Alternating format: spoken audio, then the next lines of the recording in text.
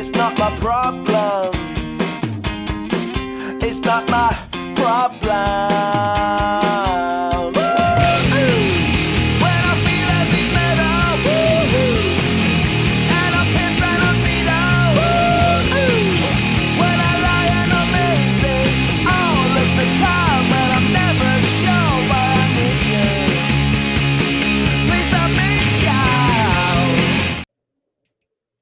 All right, it's great to be back. Prospect Podcast today, Tuesday. Nice day today here, at least. Although it looks like it could maybe rain. Looks like it might be sliding in. I see a little bit of clouds now. It was like super sunny before. We have a great guest today. We're going to talk some sprint-based football with Jeremy Reed of Altus High School. See, I knew I was going to mess it up. Altus High School in Oklahoma. Before we do that, I have Coach D to my left, as always, on the Prospect Podcast.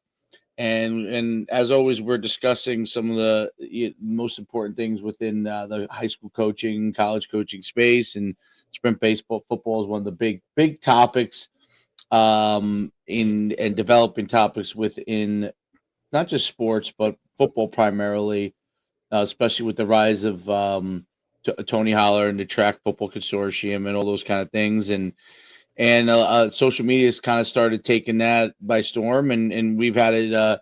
We had Tony on. I don't know. It's almost like a couple of years ago now, right? And twice. He's been on twice. He's been on twice, and we've had a lot of guys that have been a part of that system in one way or another, implemented in different ways. So we're excited to talk with Coach Reed about it.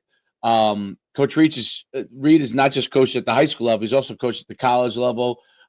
He's had success at both, and we'll let him dive in and talk about his background, but brings a wealth of experience as a head coach, and he's out in Oklahoma right now. I think you guys are 4-0 when I last checked. So they've had a great start to the season. Hopefully that will continue on, and so we're excited to really have you on, Coach. How's everything going? Hey, good, man. Thanks for asking me, and just excited to share, what we do here in Altus, and maybe it'll help somebody out there. No doubt about it. Talk about your background in coaching, playing, and then how you end up getting to Altus. Yeah, I was a kid at 8 years old that told my mom and dad, "Hey, I'm going to be a coach." I didn't come from a family that had went to college or anything. My mom and dad were in the workforce, but I knew early on that that's something I wanted to do.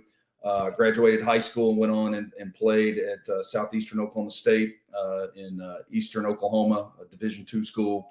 And then my first coaching job was at Charles Page High School, Sand Springs, Oklahoma. It's a 6A school. In Oklahoma, we have 6 divisions, and got to be a part of a staff that inherited a team that was 0-23 and was the offensive coordinator. Had no business probably doing that right out of college, but was given that opportunity. And we were able to turn that thing around pretty quick, going 4-6 the first year, 4-6 the second year, and then at the beautiful age of 24 was offered a head coaching job, and I thought I had all the answers and figured out real fast I didn't have any of the answers, and went to a school that was transitioning from Class A to 2A, and we went 6-4 but missed out on the playoffs. But it was one of the most miserable years of coaching ever, just because of some dynamics out of my control and different things. And I knew that was not a fit for me, and went back to being an offensive coordinator at Ardmore High School.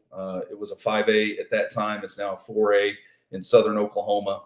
Was there 4 years and got to coach with 2 legendary coaches. I think in coaching, it's so important to be a part of a tree of guys that you can learn from. And Mike Lloyd was the first head coach I got to coach for. He'd won a JUCO national championship. He played in the NFL, just uber successful in everything he did, and learned so much from him. And then Larry McBroom came in right after him and fortunately kept me on as the coordinator. And that guy had done nothing but win 10 state titles at Ada High School. Oh. And he's a legend in Oklahoma, him and his family, the McBroom name. From there, I actually took a year off of coaching. We had our second child, who is now my freshman son, and just knew that there was some issues there that I couldn't I didn't know why I was being called away from coaching, but I knew I was. And so I remember going in and telling Coach McBroom, I just don't think I'm supposed to coach. And it was a real eerie feeling because, like I told you, at 8 years old, I knew I wanted to coach. And so stepped away for a year, got a call from a school that was about 30 minutes away. And I had no interest, but got talked into going and visiting with them at Dixon High School. It's a 3A school. In the history of their school, they had more 0-10 seasons than winning seasons. Wow. Damn. You're going to see a track record of that's the I kind of got known as a rebuilder because of taking such few jobs. There you go. Listen, Yeah. Dave, Coach Schumann, same thing. He took over some programs, man, that it was, they had the I know the pain, Coach, and I know where it can get to. So yeah, I get it. So we go to Dixon, and we were there 3 years and in a steady climb. We went 3-7, 4-6, and then 6-4 the last year. And at that time, the 6-4 was in top 5 records of all time of the school. And that was a real transformational moment for me because there's a thing called 3-dimensional coaching that I got in on the forefront. I'm fortunate to be involved with them at 3D Institute. I'm a national speaker for them, and it was a real change for me as a person and as a coach of how to structure things and do things. And then at that moment, I transitioned out of being a spread guy to a flex bone guy from a scheme standpoint, and we saw ultra success there. And we went, that year going 6-4. And at that time, there was a job open in far western Oklahoma called Altus in 2014, and got the opportunity to take that job. It was an athletic director and football position together. They had just come off of 3 straight years of 3-7, and just really hadn't been real competitive. And 2014, we went 8-3 and lost in the first round of the playoffs. And then the second year, we went 13-1 and won the state championship. And that, obviously catapults you as a young guy. And I was in my early 30s. Got an opportunity from a school in Arkansas, had some connections. Somebody led me into kind of thinking I, needed to have interest in this job. And they were willing to do some things that would attract probably just about anybody. And so after winning a state title, I left. And it was one of the hardest decisions of my career to leave Altus at that time, and went over there, was there just 1 year, went 6-5, lost in the playoffs, and ended up coming back to Oklahoma to another school that was 0-15 at the time. And it was the 7th largest school in the state. At that time, I believe it was right around 2,500 students in 9-12, Yukon High School. And in our class here in Oklahoma, it's split 6A1, 6A2, and just not much success in that after the state had split. And we were there 4 years and went 20-21 and made the playoffs. And it's, the best 4-year run that the school's ever had. Still running the flex bone at that time. So we were definitely an oddity. We were very triple option based. Kenny Wheaton at Harding's, one of the best friends in the world of mine. So had a lot of connections in the flex bone world, great friends at the Naval Academy and at Air Force and Army. And so, I was really ingrained in that world of option football. But after the 2020 season, I just felt, I'll be honest, I just felt done in the what I could do at UConn, and had a good friend at that time at Bethel College in North Newton, Kansas. And he's like, man, I think we can make this work. So I went and was his offensive coordinator. We went to we won back-to-back conference championships, went to the national playoffs in NAIA, got beat in the first round by the eventual national champion, Lindsey Wilson. That was in 2021, the spring, during all the COVID stuff. And then our complete staff was hired at Fringe University after the 22 season. And so I was there for that first year with all the guys to get that program off and running. And now they're the number 6 team in the country. At that time, I had to do something different. Small college football pays nothing in comparison. I mean, it's pretty bad. And I've got 3 kids of my own. And, I just kind of ran out of I told Terry, the head coach, when I got into that, I got about a 2-year window here. And then, I'm going to have to do something to make a little more money. And he was on the same page, it was all good. So I had to make a decision. I had some opportunities out of state in Texas. And then there was this job in Oklahoma in Altus, America again. And so ended up coming back to Altus in 23. We went 1-9. They had been, 0 and something before that. It was, I know they were 0-10 the previous year. So I think they were 1-19 coming into it. So we go 1-9. And then last year we kind of broke through a little bit, went 4-6. And then this year, we've played 4 games. We're 4-0. And so, it's just been, it's been an interesting ride from coming out of college and being coordinator to being a head coach at 24. I feel like everything I know is because some of the great people I got to coach for early on, and just tried to build on that as we go and use some of those experiences along the way, and feel really blessed to be in the position I'm at right now at Altus. As a builder of programs, as someone who gets that reputation, it's one of those things where there's a lot to that process, and from taking it from sometimes ground zero, right, in some of your cases, to winning the state championship. There's a lot that goes into it. Talk about before we dive into a lot of the sprint-based stuff. Talk about what some of the lessons that you learned in building those programs. Yeah, culture is a word that everybody uses, but very few have an intentionality to their plan. A lot of people have sayings and slogans and words, but you've got to be super intentional to build culture. You got to be consistent. You got to be concise. And so my model has been since 2011 is that 3-dimensional coaching. We're going to take great pride in building strategies, or if you're a coach, think of it building plays as a culture guy in how we do things. And I've used that model for a long time.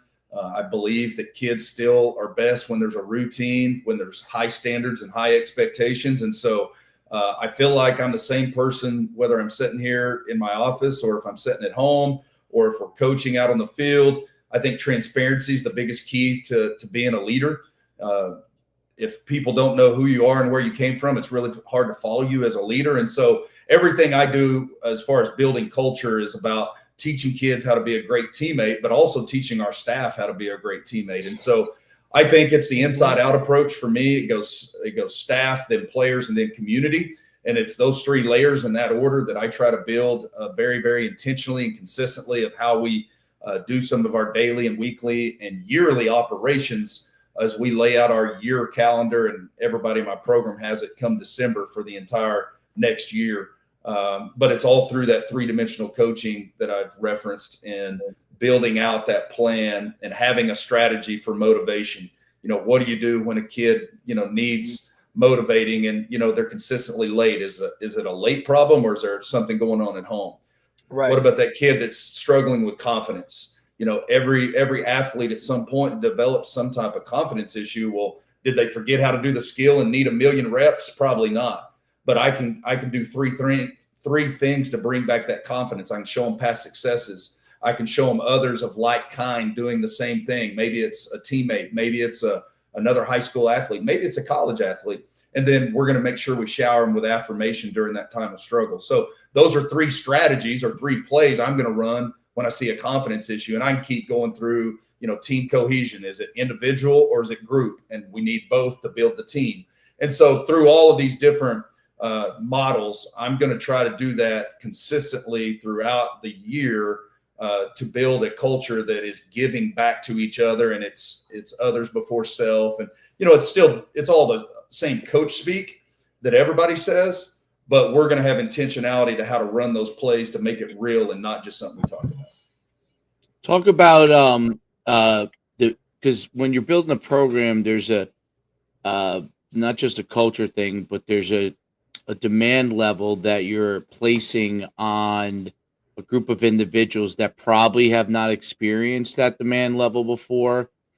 And it's not just the athletes, in my opinion. It's always been also the families that are involved with them, right? Because they haven't.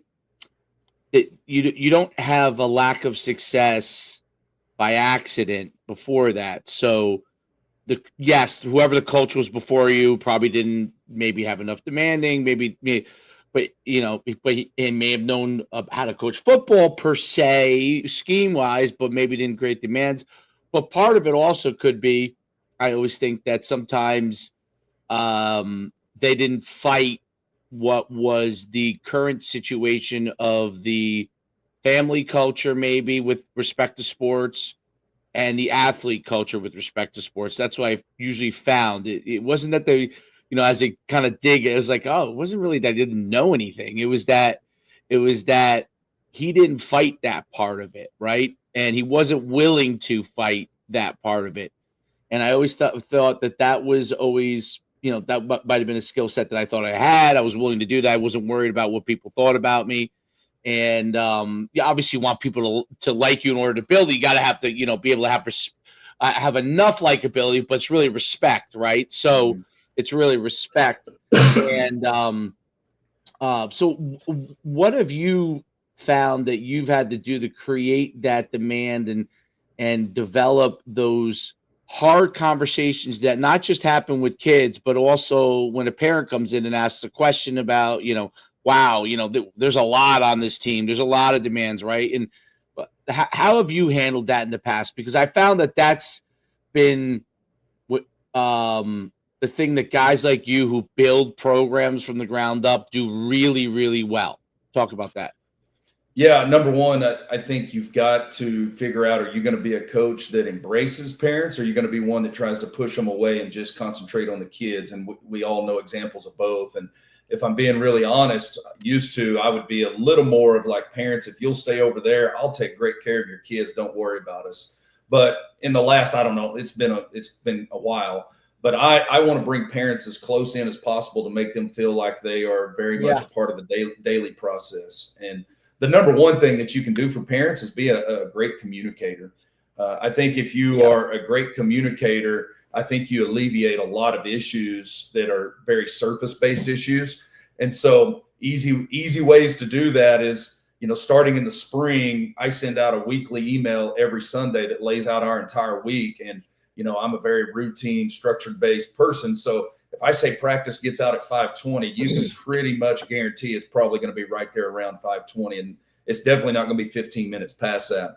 But to really lay the foundation, anytime I take a position, a new job, the first thing I do is obviously have a parent meeting and all that. But then the most impactful thing that I feel like I do is in-home visits. I set up a Google Doc and have a process for that. But that's really cool. That's really cool. And visit in the home and sit in their living room, or I've done it in the garage, I've done it in the front yard, wherever they're most comfortable. And I just try to put myself in their environment, because if we peel back the curtain a little bit with us as coaches, anytime parents enter our office or our field house or our cafeteria or our campus, realistically, that's our environment. Okay. That's not their environment. Right. And so just human nature, you're not as free to speak when you're outside of your environment. Okay. But when you enter their environment, their home, and sit on their couch or their love seat or their chair or in their garage or stand in the front yard, there's a difference in how they feel regarding if they're on campus. And so the on-camp or the in-home visits been something I've done since 2014, and it's not for me. It has zero to do for me. It's completely for that family to be able to sit. And when I do these, I have about maybe 3 to 5 things I cover in less than 10 minutes. And then it's simply, what questions do you guys have? And used to, I would schedule these like when I first started for 30 minutes, and I found out real quick, I couldn't get out of there in 30 minutes. No, because they wanted to talk about whatever they want to talk about. And I'll be honest, I've never had any bad in-home visits. And, this school here is a 5A school. We're about 950 kids in the high school, somewhere between 950 and 1,000. And when I got back here, I did 40 of those in the spring. spread out over obviously several weeks. They were phenomenal. And then I used social media to gain more, I guess, interest and get the buzz going in the community. I always take a picture at the end, just like a college coach would, with the kid, maybe the whole family, and put, hey, so-and-so has signed with the Bulldogs this year. Can't wait for their success. And usually I put a little more maybe personal, quote from me about that kid. Did the same thing at UConn. To me, those visits have been a foundational piece of setting the foundation of what may come later. So you do that when they're in 8th grade is when you do that. So 8th grade coming in 8th grade. I actually typically do an 8th grade signing day, 8th grade to 9th grade, and usually do the in-home visit after their freshman year. So Got the spring, okay. the spring of freshman year. Right. Okay. So like what a rising 9th grader, right? Yes. Is that how the goal of my goal is to have no sophomore through senior in my locker room that I haven't set in their home. Got it. That's the goal. And yeah, go ahead. No, I was just roster. Typically, that's how many. It depends. From that, like at UConn High School, which was that's a monster, right? I'd have 150 kids 9 through 12. Yeah. So I'd have 80 something, 90 something kids 10 through 12. At this school, I'm about 45 kids 10 through 12. Oh wow. Okay. Yeah, so you're the same part as me. We're on the same size. So in Jersey they break it up into group sizes, right? So group 1 is the smallest, 2, 3, 4. There's 5 for football. My current school we're on the smaller side of a group 3, right? And so we're about 45 total, 10 through 12. Mm-hmm. So very comparable. That in-home visit, what it does, it does both things. So if a kid does really great things, like, it's really easy to contact that parent and go, hey, so proud of little Timmy. Cafeteria worker spilled all the food in the floor. They cleaned it up today. So that's an easy one, right? But what about that hard conversation when the kid's not acting right? Oh, yeah. And maybe something goes bad. It's a little easier to have the conversation from coach to parent and parent to coach after Absolutely. you've seen them as a real human. Sometimes we as coaches get in a bubble and we're not viewed as a real human, and really it's our fault. Like, I think that's a really, really great idea, because you will have met with all the kids that are going to be with you way before they become an impact in your program. And so they already kind of know where you stand, and you understand what they're thinking coming into now when they go to varsity, or you have an understanding already of kind of where their baseline framework is mentally as a family and as athletes. So it's really good, and then you can address it obviously going accordingly. But you've already. It's really quote I like to use with our teachers and coaches that I teach 3D to is understanding is the basis of care.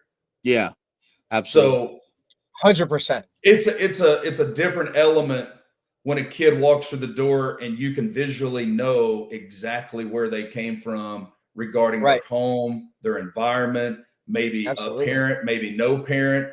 And it's not that you give a kid special treatment, but no human being.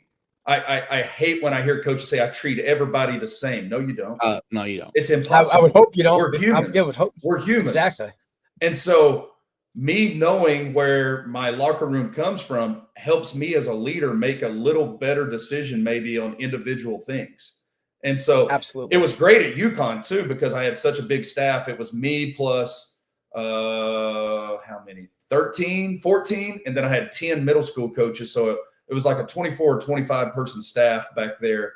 God damn. And that high school staff was pretty much all football. So we would send multiple coaches on those visits, and you know how giving that was to some of those young assistants to go and do those meetings.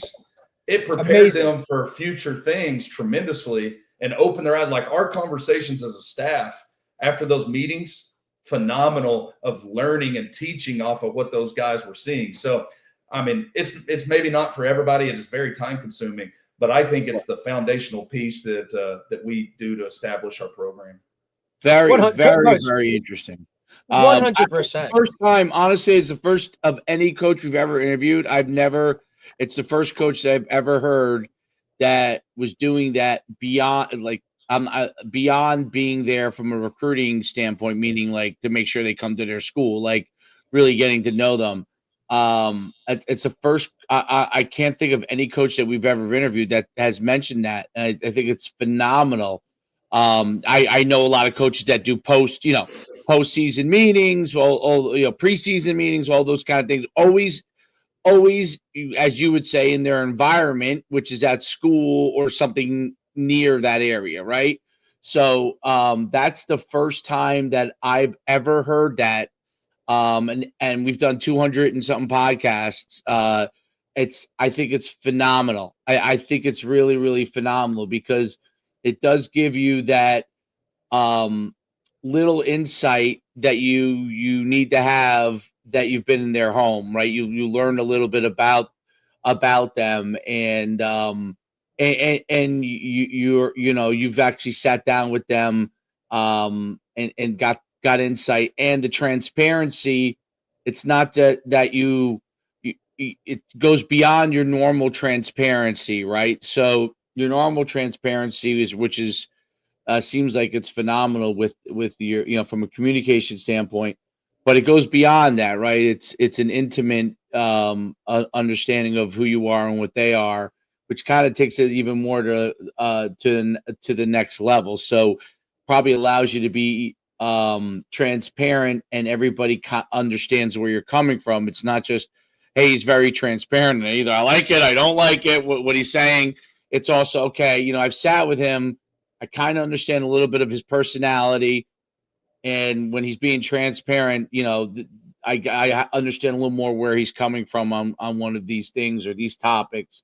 I find actually it's really, really a phenomenal thing that you do that. I think it's a difference maker, and I do think the difference especially in programs you're rebuilding, right? Like that's. It's one thing when and you haven't had this luxury, so you maybe don't know what that feels like, but where you walk into a place like where some guys have been like an assistant on a program where they won 10 games every year or something like that, and they walk in as the head coach. They don't even know what that feels like to have to really build culture. They just have to make sure they kind of follow the blueprint of the guy before, and at least from a culture standpoint, they don't have to they'll put their stamp on it, but they don't have to do too much, because if you follow that, you're probably in pretty good position. Whereas you've really had to take those things from scratch, and build that up and be creative, and that's one of the, I have to say, like, it doesn't, I mean, to people listening to this, it may not sound like this creative thing, but just having coached for a long time and know so many thousands of coaches, I've never heard that before. Not that people don't do it. No one's ever, at least expressed it to me. You know what I mean? It's something they do. So it's phenomenal that you do that. I think that's, if I would point to the thing that probably makes the hugest impact, and all the other stuff you do is probably phenomenal, but that definitely, I think, is a major, major difference maker, because now the parents know who you are beyond, like you said, beyond being the football coach, because that is the hardest thing as a football coach, right? Because you want to have a relationship, but obviously that there are going to be difficult times, and the parents, sometimes feel shy because maybe their kid isn't playing as well, or he's struggling with something in school and they don't want to say it to you. Now this gives them a little bit more freedom to be able to say, hey, this is going on with, my son, and you sat there, so you in his room, so in their house, so they know that this might be true, right? This may be the case. Unbelievable. I mean, really, really awesome thing. I don't want to toot your heart too much, but that is really, really the truth. That's a phenomenal thing. before I get off this topic, because it's fascinating what you've done. When you feel that the program is starting to turn in the right direction, right? So now you've transitioned. I don't know. Let's say you were 3-7, you know, and then the next year, you know, you're 5-5 or something. Well, it's what's happening right now. Okay, so it's happening right now, right? Yeah, right. because Last year you guys 4-6, right? Well, yeah. Prior to last year, Altus was 2 for the last 36. Okay. And then we went 4-6 last year. Lost 3 games by 8 points. So 9 points away from being 7-3. Yeah. And then right now we're 4-0, averaging 44 points a game. Okay, so when you're at you probably saw that transition a little bit last year. Obviously, probably in the offseason, you really probably saw it, right? And now, obviously, it's translating on the field. At least, you know, so far it is translated on the field. Not that you're not going to have adversity at some point, but it's translating on the field so far. What is the things that you feel like you have to start to do to continue to push that engine along as they're starting to have success, right? Because the enemy of greatness is being good, right? So they get to the point where they're good, and you know they want to take a deep breath, right? Like they're like, this is great, we're pretty good. You know what I mean? Not what are you doing at that point to continue to push it along? Be the same person I've been every day, and that's the thing that I think maybe sometimes you get lost in as the leader of, oh man, we went from being not very good to good. I've got to do something to be great. And when reality is, if your processes and routines are good, then all you got to do is keep the standard and expectations the same. And so for me, when I started this new journey, in 2011 with the 3D stuff, I was all about outcomes, you know, anything to get a win, anything at all. You know, I would cut off my right toe to get a victory. But I transitioned to outcomes don't matter if you don't do the routines and processes correctly. And, you know, I think Nick Saban's probably the king of talking about process. Yeah, big time. But it's not coach speak. It is absolute reality. And so, you know, for us, like right now, after we'd won our second game, I could see at practice, we weren't as hungry. We weren't as mentally sharp. We had lost our edge of what got us to that point, in my opinion. And all it was then a consistent reminder of what got you to this point. And obviously I'm a challenge guy. I think that's part of my gifting, is challenging people and motivating people and casting a vision. And so it was really good for us to go to that third game. And I told them after our Wednesday practice, guys, you have not practiced well. Do not be surprised when you don't play well. We may get beat because of our lack of edge and being hungry this week. And sure enough, we go over to a team that it was improved, but we're down 28-21 at halftime, and you know, didn't think that should be the case. We ended up winning by 2 touchdowns in the second half, but at halftime, it was a great opportunity to say a little bit of "I told you so." And then we come out this last week in the first district game, and we come into halftime, and I think it was like 42-6 against an opponent we hadn't beaten 6 years. And they had averaged 45 points a game on us the last 6 years. So to me, to answer your question, is be the same person. I'm going to challenge. I'm going to motivate. You know, it may feel or look a little different in the words that day, but every Monday through Friday's got its own little niche in my world. Right. And my job is to keep that consistency and keep those very few reminders at the forefront of what we're trying to get from our team. And it's all about our teammates. Be a great teammate. If you're a great teammate, you got a chance to be a great human being. If you're a great human being, we got a chance to win football games. And obviously we're very passionate about X's and O's, but it's not the biggest passion of ours around here. Our biggest passion is to build a culture that is unbreakable, even in adversity. So like you said, I've seen this coming. Last year, we lost 3 games by 8 points. And that was a phenomenal group. My oldest son was a senior last year. He was an offensive lineman. He's now in college. And I was very in tune with that group, but we just could not finish some important moments. What's happened this year is we've been behind numerous times, and there's been no flinch. Well, that's a building, in my opinion, and absolutely, you know, people don't have to disagree. That's a building of the culture of the belief and the taking away, I pick a book every offseason to do a study. And this year was Twin Thieves, Fear of Judgment, Fear of Failure. And we went through that, and it was the perfect book for our team because our team has feared, what if we get beat? What if we put in all this work? The expectations you're talking about, we put in a lot of time. Is it really going to equal success? And so that book, The Twin Thieves, was a perfect book for our winter book study to say, you know what? It's not about the fear of judgment and the fear of failure. It's about pouring into each other, and it's about driving forward. And so, to me, it's not a very fun answer, but it's being the same. No, it's a great answer. And to build on that, my kind of follow question on is, and we didn't want that to happen this season, but let's say last season, when you started to make great progress, and then you had a setback. I don't know. You lost the game that maybe you thought, we could have won this game, and then all of a sudden we were starting to, like one of those 3 games that could have been made you guys 7-3 or whatever. What were some of the? Do you ever go into all right? You know what? I need to tweak. So I need to be consistent on who I am because you already talked about that. But we need to tweak within our practice this, and this because we're not getting. We got this far with what we're doing. Now, we might need to do this, and this now in addition, or change this out. Do you do stuff like that?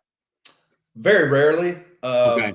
Our practices are so well thought out way prior to the season. Now, there may be a weekly adjustment here and there, but I'll be honest, not very often.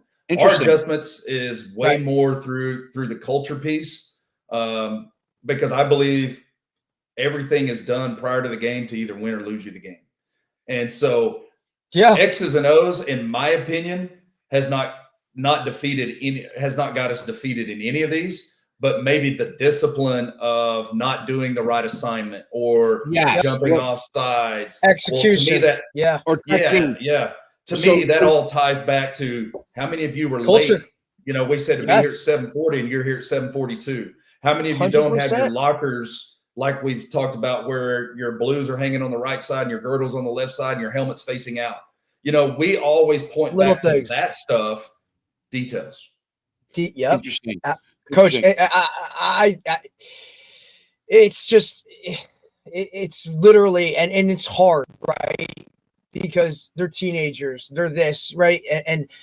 But it just all goes back to that piece of those in-home visits and that individuality of, look, you're already going into it with a picture of each one of these kids coming to your program like, hey, we're going to have to be on this one a little bit more because, look, maybe you don't have a washer or dryer at home, right? Or, hey, this one, look, it's mom only. She works at night. He's got to watch his baby sister, right? Like, you're understanding that. And it works both ways because now the parents and the kid, hey, this guy's not just my coach, right? Like, he just doesn't, it's not only about whether I can tackle that guy or if I can chuck this thing all over the place or how fast he wants me to be a good human and help me with what most people don't even know goes on behind closed doors, right? So it's that, I think that is where it all starts, of getting those guys in tune with stuff that doesn't even matter when it comes, like, ball's the last piece of it. I need to know who you are as a person. And now when we start to get into it and we have this culture of, hey man, they know that you have their back or the other coaches have their back. They're willing to a little bit more when practice is hot, right? Or to pay attention to those finite details, right? I think that's the piece that wins you games. Irregardless, anybody can win a game based off of the players and who's fast, who's this, and who has the right plays called and all that kind of stuff. But those tight games, when they're big games, right? And you don't jump off sides because that guy next to you matters, because you've preached that within your culture off the field so much, it all just trickles back on the field. And that's, I think, when you have a team like that, that understands the bigger concept of this ain't just football, right? And that I know I can trust the guys next to us, and I know that coach is so transparent. We know what's coming every day. There's no aha moments, or there's no like, wait, what? That confusion, or those are the little things that separate good teams from great teams. And now you can just run with it. And I always say to guys, like, if I'm still coaching on Friday in pre-practice, like, you know what I mean, in pregame, like, we got a problem. Like, that work has been done way long before.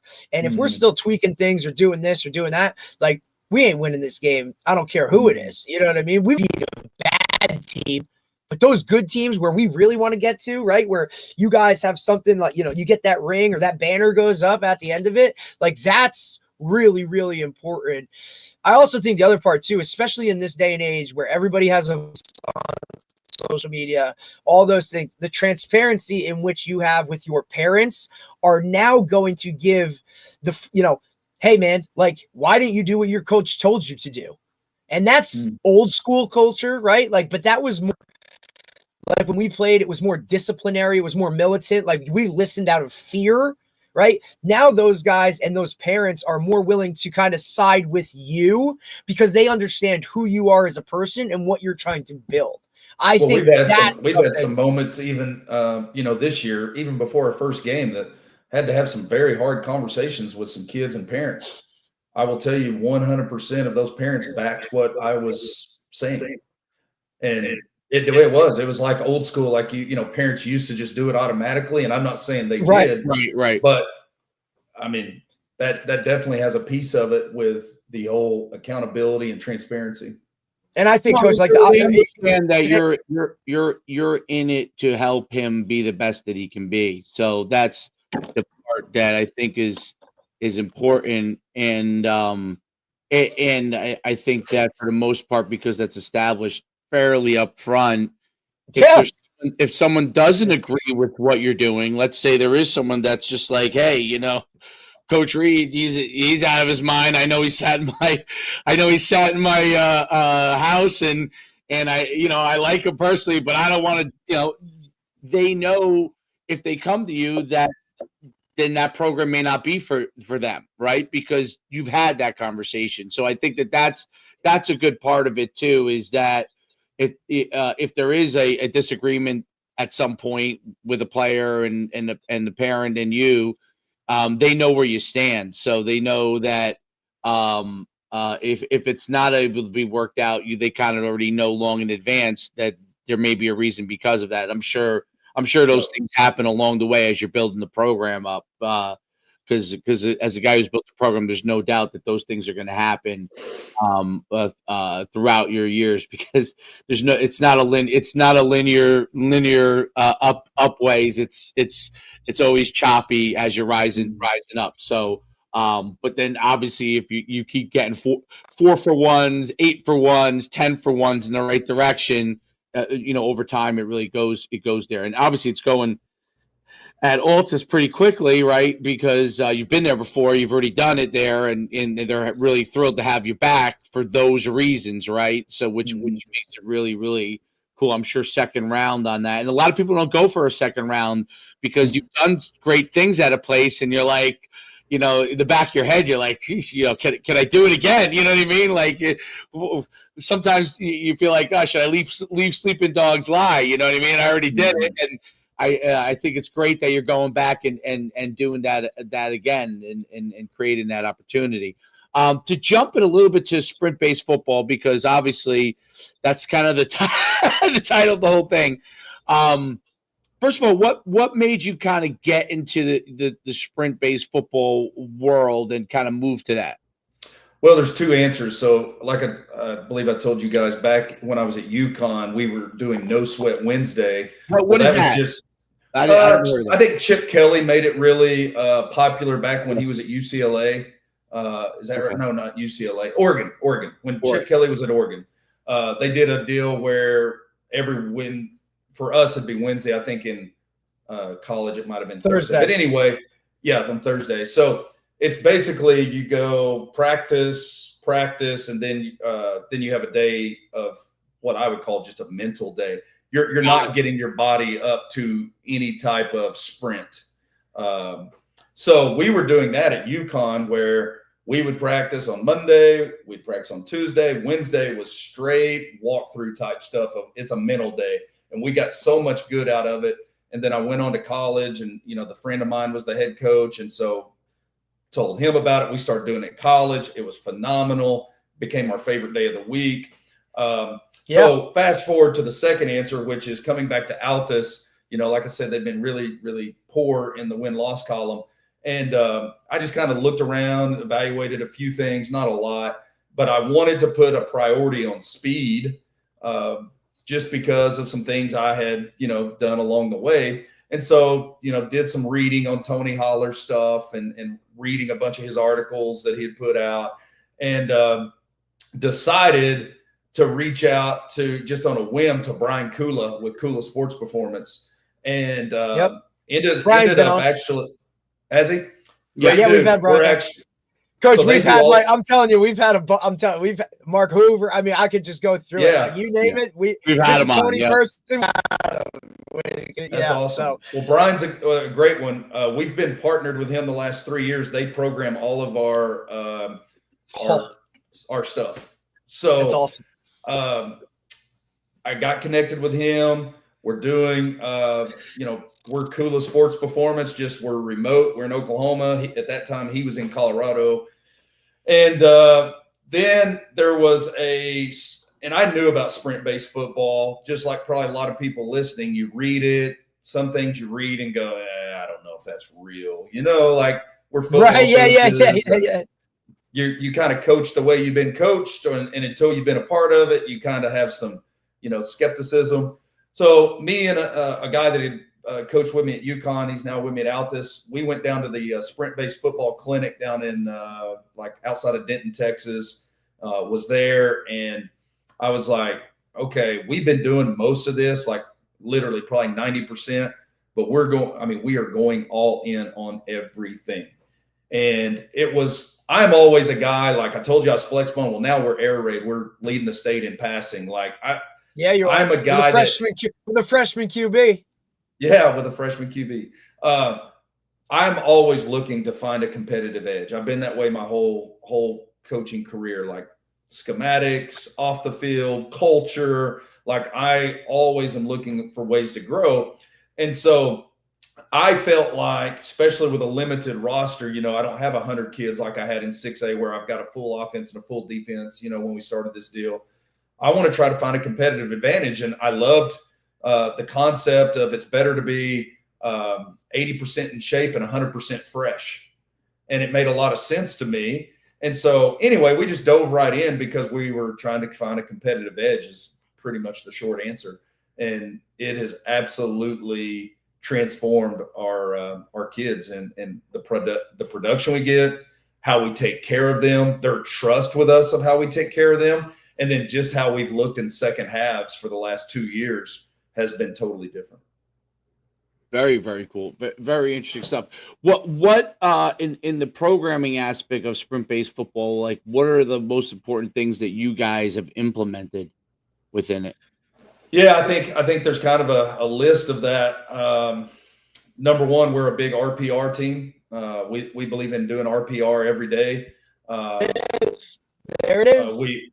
We also, on game day, we circle up and, nobody says a word and we go through RPR together. At practices, we're now in down the road on it. Our kids RPR on their own before we go outside. You'll see kids, if we're like working out in the morning time, because we get our kids first hour weights and then we get them last hour for athletics. And that's amazing. That's really awesome. You'll see our kids in the weight room. Yeah, it's phenomenal. You'll see them RPRing on their own. Like they're now bought in. At first, it was like, what is this stuff? But then, what is it? When you can show them, the benefits of it is pretty good. And then I think outside of RPR, then it's just the week schedule that we have. Obviously in season and out of season is different, but in season, we're going to lift 3 days a week. Monday, Wednesday, Friday, we absolutely do a game day lift. We believe it gets the central nervous system right.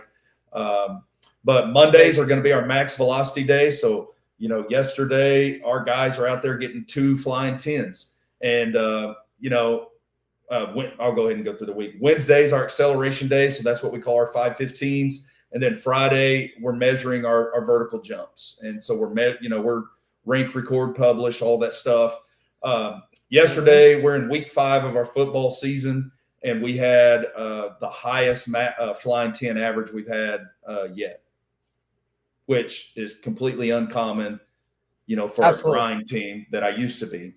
And then our practice schedule is laughable to most. We were talking as a staff. I don't know how many assistants that have done it the traditional way could jump on our staff right now, because They wouldn't get it. It feels crazy. Yeah. Mondays we don't practice. It's all film and game plan walkthrough.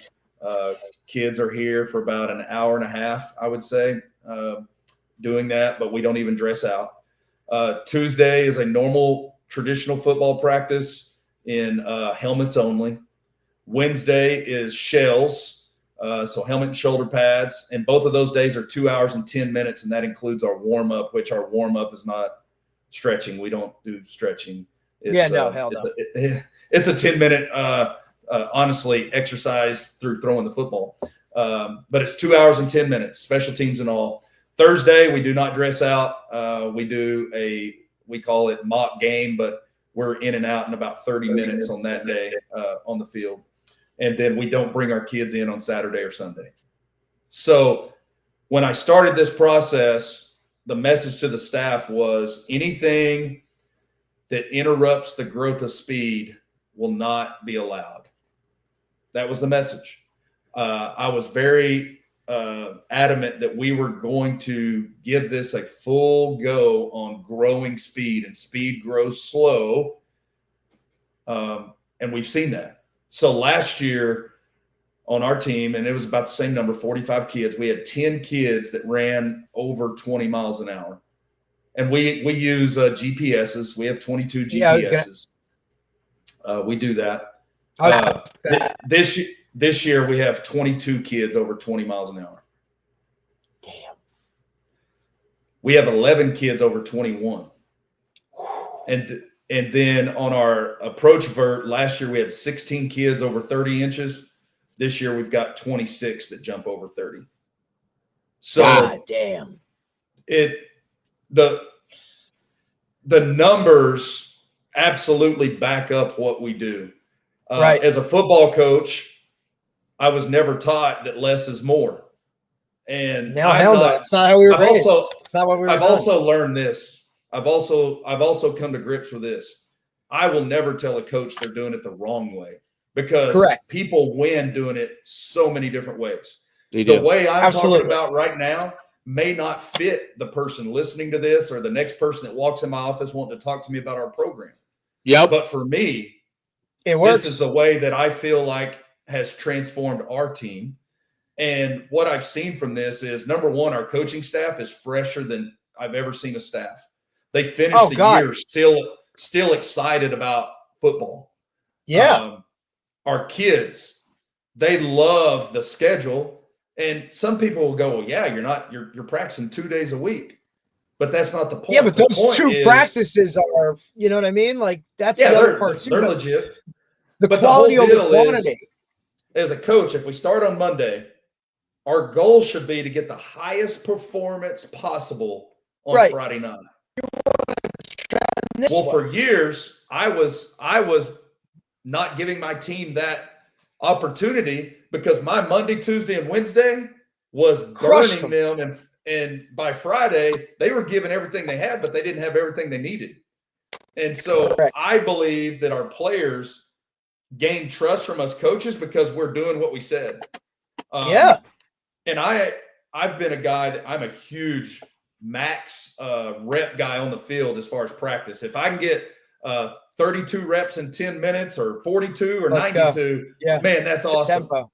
Right. I don't do that anymore. No need. And it's really had to be an adjustment for me, because quality is more important than quantity. Right. And man, 100%. It is a fine line. And as a guy that was a high rep guy, I've had to really come to grips with, hey, in this 10-minute segment, if we get everything we need and there's 3 minutes left, which happens a lot, they're going to go over there and they're going to drink water and Gatorade. And we're going to give them a 3-minute break. They're going to recover and we're going to go to the next thing. And I can't tell you how hard that was for me and some of my coaches that, had been with me, and we'd done it the opposite way. Hey, man, we're going to squeeze every second out of a 10-minute period, and however many reps we get, we're going to celebrate because we're breaking the world record of reps. But in reality, if you know how to do something, why do you need to keep repping it? Right. So there is a point.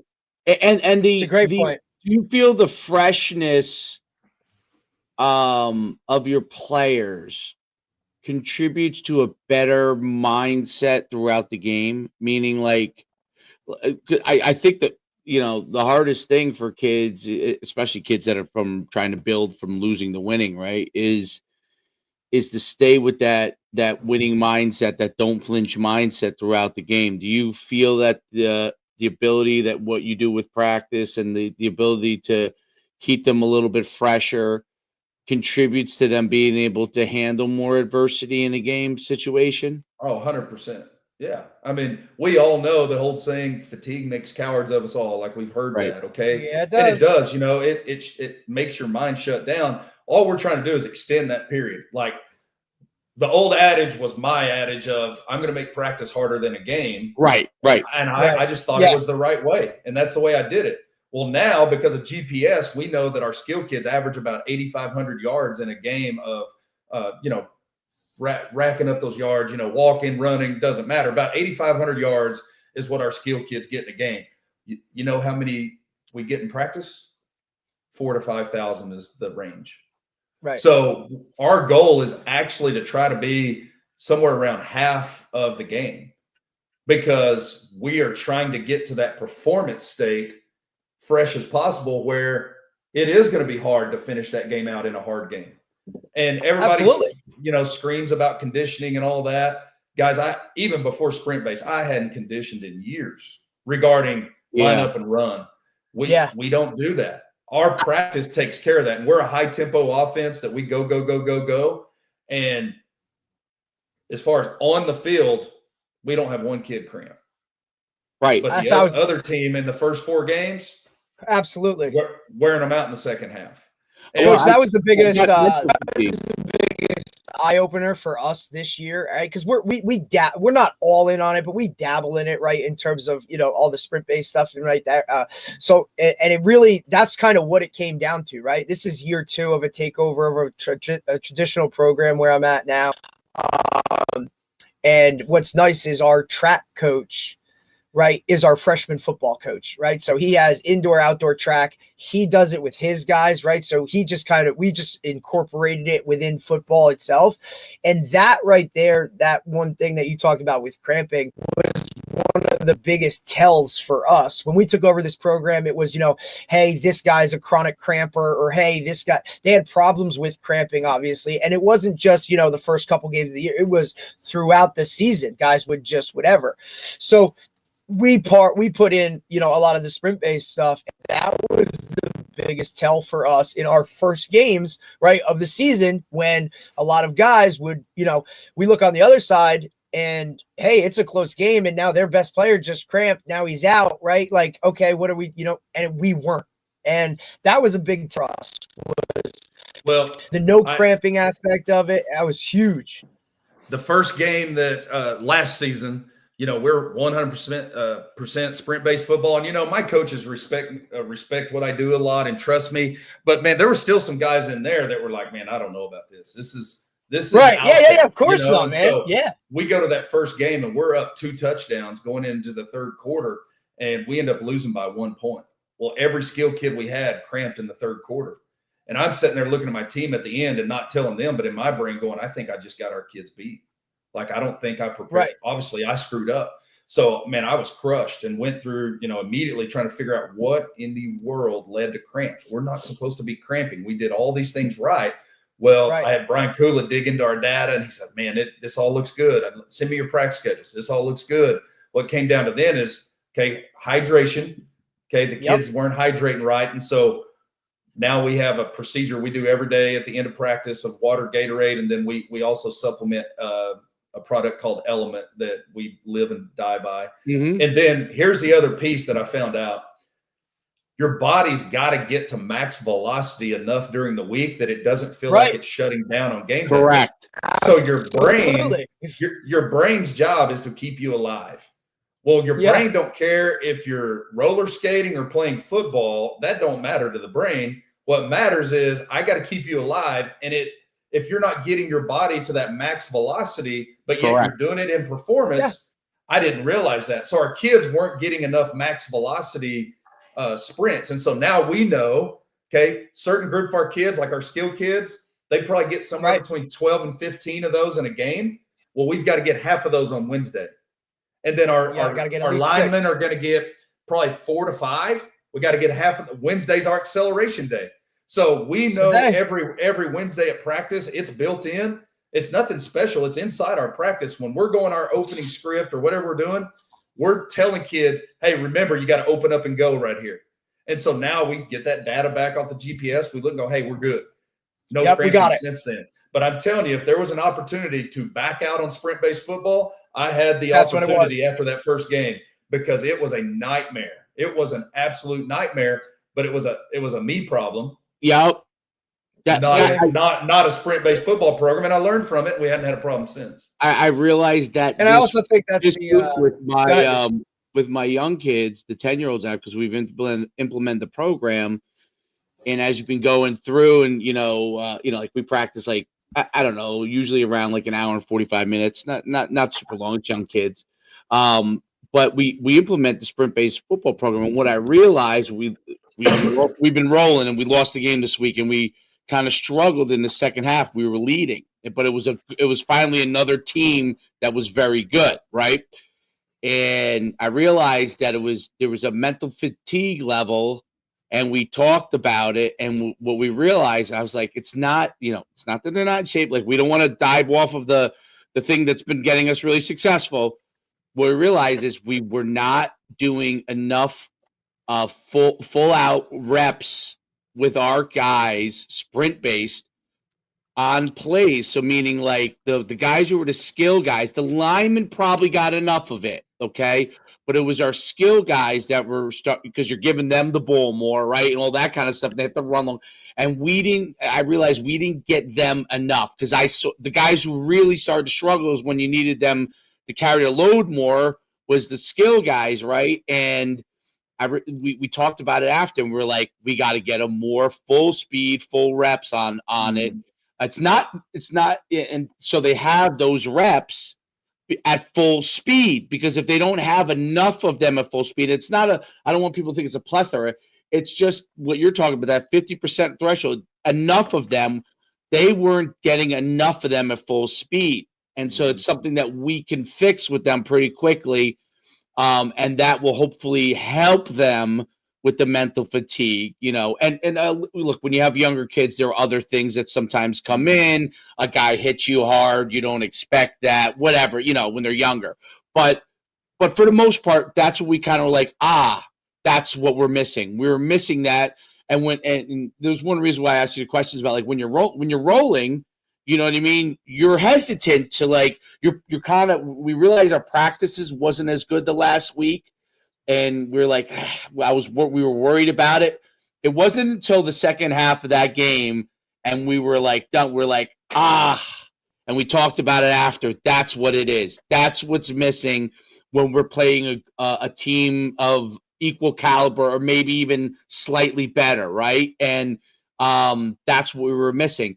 And I think that's what sprint-based football allows you to do if you take your time and assess this properly like you did with Kula, and you need somebody to talk to about those things. Like you need a guy that is in either your staff or other guys that agree with you that, hey, this is the direction we're going. Let's figure out solutions to it instead of throwing it in the garbage, right? You know what I mean? Mm-hmm. So, but I think that's a really, really important point. The full speed reps specific to what their position needs is really, really critical, because sometimes you work to what the lineman's denominator is. You look at your lineman and you're like, okay, they got but you don't realize that like the wide receiver probably needs another 5 full speed reps. just to make sure he has the feel that he needs for his game or whatever position it is, right? And that was like okay, you're able to assess that with sprint-based football because you kind of have a belief system that you're going down, and if you have someone that you can assess it with, you're like, it's not because they haven't been sprinting, because you guys are flying in most of the games. When adversity hits, like, what is it we're doing? And it was great because the coaches were all like, yeah, you know what? It's really a mental fatigue thing. Now let's figure out what the mental fatigue part is. Is that they mentally can't handle it? That might be part of it, but the bigger part of it might be they're not getting enough full speed reps, and I think it allows you to keep assessing that, right? Okay, now you get enough of the full speed reps. Is there still a problem? If there is, let's figure out what we may not be doing from a mental standpoint to get them to the level that they need to be. That it goes back to the coaches trying to figure out what can help those guys get there. And yes, in the course of the game, games are heated. People, some guys are more excitable than others. Some guys are calm. Like I'm an excitable guy. I have coaches that are calm guys. You have that balance. But I always say, like, all right, after the heat of the game, after how you feel about everything, now let's get a real assessment, because the immediate assessment, if you lose or at the conclusion of the game, is really not always exactly what it is, right? And you need to get a little clarity after. But I think that was a very important point that you brought up. The full speed reps that are needed for the position to be able to have them where they need to be for the game. And it doesn't mean running 100-yard sprints. It means within the framework of the football practice to do what they need to be. Am I correct? Yeah, and most football practices that I used to conduct and been a part of is you're in that 70 to 75% range of your output, because you're human. You're saving yourself knowing I've still got this much practice to go, and coach is going to run me half gassers, full gassers, whatever at the end. And again, I'm saying I used to do this. So like, I'm not talking bad about anybody. We all do it. No, we all do it. Yeah. But now our kids understand the routine of what we're doing, and they don't have to save themselves, And so if you never get out of that 70 to 75% range, but then you're asking your kids to get to that 90+% range in a football game, that's a big difference. That's a huge difference. And that right there alone, when I started listening to the guys that were so smart talking about it with Tony and Brad Dixon and Garrett Mueller, I was like, yeah, that makes a lot of sense to me. And, we haven't looked back since that. And I don't think you could convince me any other way to operate a game week than what we do right now, because our coaches are happy, our players are happy. We're 4-0 right now. You're happy because you're winning, but let's go back to last year. At this point, we were 1-3 this same time last year. But I can tell you the same things were going on regarding, we enjoyed going to practice, we're healthy, and in 2 years we haven't had a soft tissue injury. That was going to be my next question, Coach. In 2 years, the last 2 years, I've had no concussions, zero. And that's obviously a big. There's two things that, right? Everybody, show me the numbers, right? The data, right? Because everybody can see wins and losses and all that. That's the easy one, right? But now, if I'm digging deeper, show me the rock hard data that shows me increase in everything. And like you said, you look at your miles per hour, you look at your verticals, like all that stuff. Here's the actual numbers, and then injuries. Where is that, right? What are we looking at here? Okay, well, look, like I think it was Garrett Mueller who's, hey, we've had 100% of our guys that started the season on the team, and when we were in that state championship game, every guy on that roster is dressed and ready to play. Now we've had broken bones, unfortunately. That's not anything to do with sprint-based football. That is what it is. Yeah, the soft tissue stuff has absolutely disappeared.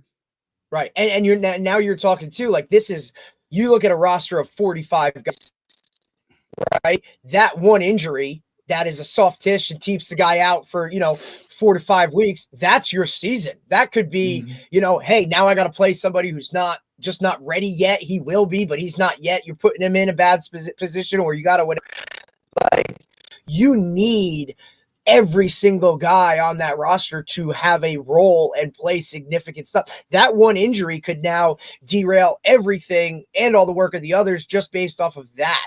So I think that's another big point to add to why, like, hey, this stuff is what we need to be doing. I think it's just really hard because obviously you need the backing from up top and the right? Because that's who control, your administrators have to be all in, and to sway that decision is to, hey, this works. You need to show them card stuff and that data and all those things. So you have all that, Yeah, we have a ton of data. We track everything, but even off season, looks different. Yes.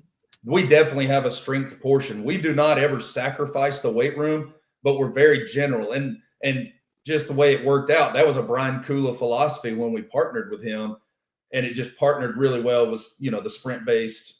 How did you do the weightlifting on the day of a game? How do you do that? Because that is definitely something I've never ever done, and don't really understand. How do you do that and not like wear them out before a game? It's all just, we're trying to get that central nervous system firing, and getting that body woke up to an optimal state. And so, it's a lot of things that you would, it's a lot of quick twitch stuff is kind of a way, we've got some, we'll have some trap bar deadlift, just concentric only 4 reps. We're going to do some dumbbell stuff. We're going to, everything's going to be pretty quick twitch, and it's going to be a short lift. But it's all based to get that central, the basis of it is to get the central nervous system firing at an optimal state, to get it primed and ready for what it's about to do that evening. How far out before the game time do you do it? Well, like I said, we have a luxury of having our kids here in the morning, so that lift happens at 7:40 a.m. Okay. So that's way before. Okay, interesting. Mm-hmm. Very, very interesting. And the workout, I mean, that's about a 20 to 25 minute workout tops. Yeah. Yeah, it's interesting too, because like it's very comparable. I mean, like, so what we've done like this year, it's kind of, we're still in that test in the waters phase, kind of. So our freshmen do the game day lift, right?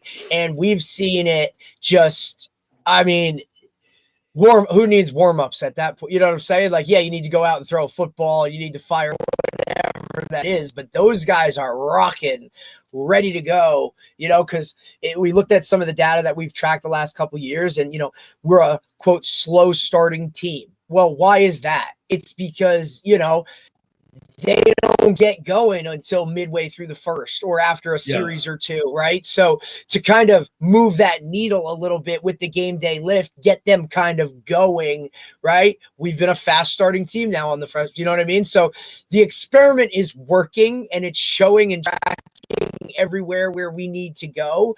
I think sometimes it's just people really, whether it be coaches or administrators that are getting on board, need to like see it actually happening. And now that they have, it's like, hey, all right, if this is the way you guys want to go, like let's go, because obviously you guys, we trust in what you're doing, and now we have now physically seen it, and the product is what's on the field, so let's roll with it. So and it's definitely important. We use the vertical jump as a barometer for the central nervous system, and so in the off season, especially fall camp, we're doing that every day to check, okay, are we good? Because if a kid, let's just say, jumps 30 even, and he comes in and jumps 25, there's a good chance I'm holding that kid from practice that day, because his central nervous system may be in a compromised position. We've only had to do that on one occasion, but for game day, that's the day we measure these jumps. We got all the kids in the weight room. They're kind of lined up on each side. We have the jump mat. They're in there clapping. It's a cool environment. Oh, yeah. It's a thing. It's a thing. They're getting their 2 jumps with the whole team there. But me and the guy that keeps all our data, Coach Webb, we're sitting there looking, going, okay, how's that compare to last week? Like, we have a good idea. Like, are we fresh or are we not? And there was a couple weeks ago, we had a little snafu at practice that a position group ran way too much inadvertently that we didn't know about until after the fact. And we were highly concerned going into Friday, and we were waiting on that approach vert to give us an idea of where our kids were, and ended up we were fine. We were right where we should have been. But that Friday lift, our kids always say they feel phenomenal after it. They love it. Hell yeah. It just gets them woke up, and it's part of their game day routine now. And we've been doing that for the last 3 years. And that's kind of a question I had too, Coach. Like when you're like, how much feedback, obviously, or how, the percentage of what goes into what you do comes from the feedback from the team, right? Like how many of those guys come to you and they're like, hey, Coach, like, because look, you talk about transparency, right? Like I'm a firm believer in like, I want my kids to like, or our kids to let me know and be comfortable enough to communicate back and forth. And hey, Coach, this is a little too, or this is whatever we need. How much of that feedback do you get from your actual players, and kind of take into account in terms of making some decisions? Yeah, our guys our coaches that kind of work in the weight room and in the speed part, they're asking kids constantly, hey, how you feel? Because honestly, they're going to be a little more honest to them than they are even me, because I'm the head coach. Absolutely. They want to tell me what they think. What you want to hear. But they're always asking guys, how you feel, how you feel, how you feel. And, we have made adjustments before based on, hey, man, several of our guys just don't feel it today. We'll back off. And, we think that we can trust their thoughts, because now they understand what our goal is to keep them at a high performance. And we do take what they say into account. But usually it's a very rare moment when a kid says, I just, I don't feel it, and luckily I have one that lives, or really two that live in my house. So it's really easy for me to ask them, how do you feel? And get a pretty good answer from those guys. Kind of that barometer, right, within the team itself. And now you look at it, and if we were in that old school type of mindset, right? Like we don't even ask those kids. We just tell them, hey, this is what we're doing. This is how we do it. These guys might be burnt out, and they're not going to, one, you're not going to ask them for their feedback, because that's just not the way we did it, or the way we were coached to do it. And then two, they're going to not, if you do ask them, they're just going to tell you what you want to hear, because they're playing out of fear, or they're playing out of like, what do you mean? Like, I don't know where we're going with this, right? Because they just don't understand that model, because it's never put in place. So for your program to kind of be on that level, obviously, look, it takes a couple years for those guys to get the buy-in, right? The culture is, that word's thrown around way too much, I think. But I think your approach to it, the individual approach, where each guy, right? One guy's going to give you this feedback, and now you take it and run with it. They respect that as too, because now, hey, Coach is actually taking what I'm saying into account, right? It's not just, whatever, like, hey, I'm just asking you to just, hey, I care. And then you're going to go do what you want, right? Because you're the head coach. No, they're comfortable enough. And now they see that process of coaches actually doing what I said. Let's go. Like, I'm more all bought in even more now, because my voice matters, right? And I think it's just so pivotal when it comes to especially high school kids that are so easily swayed one way or another, and their feelings will come into play a lot more now.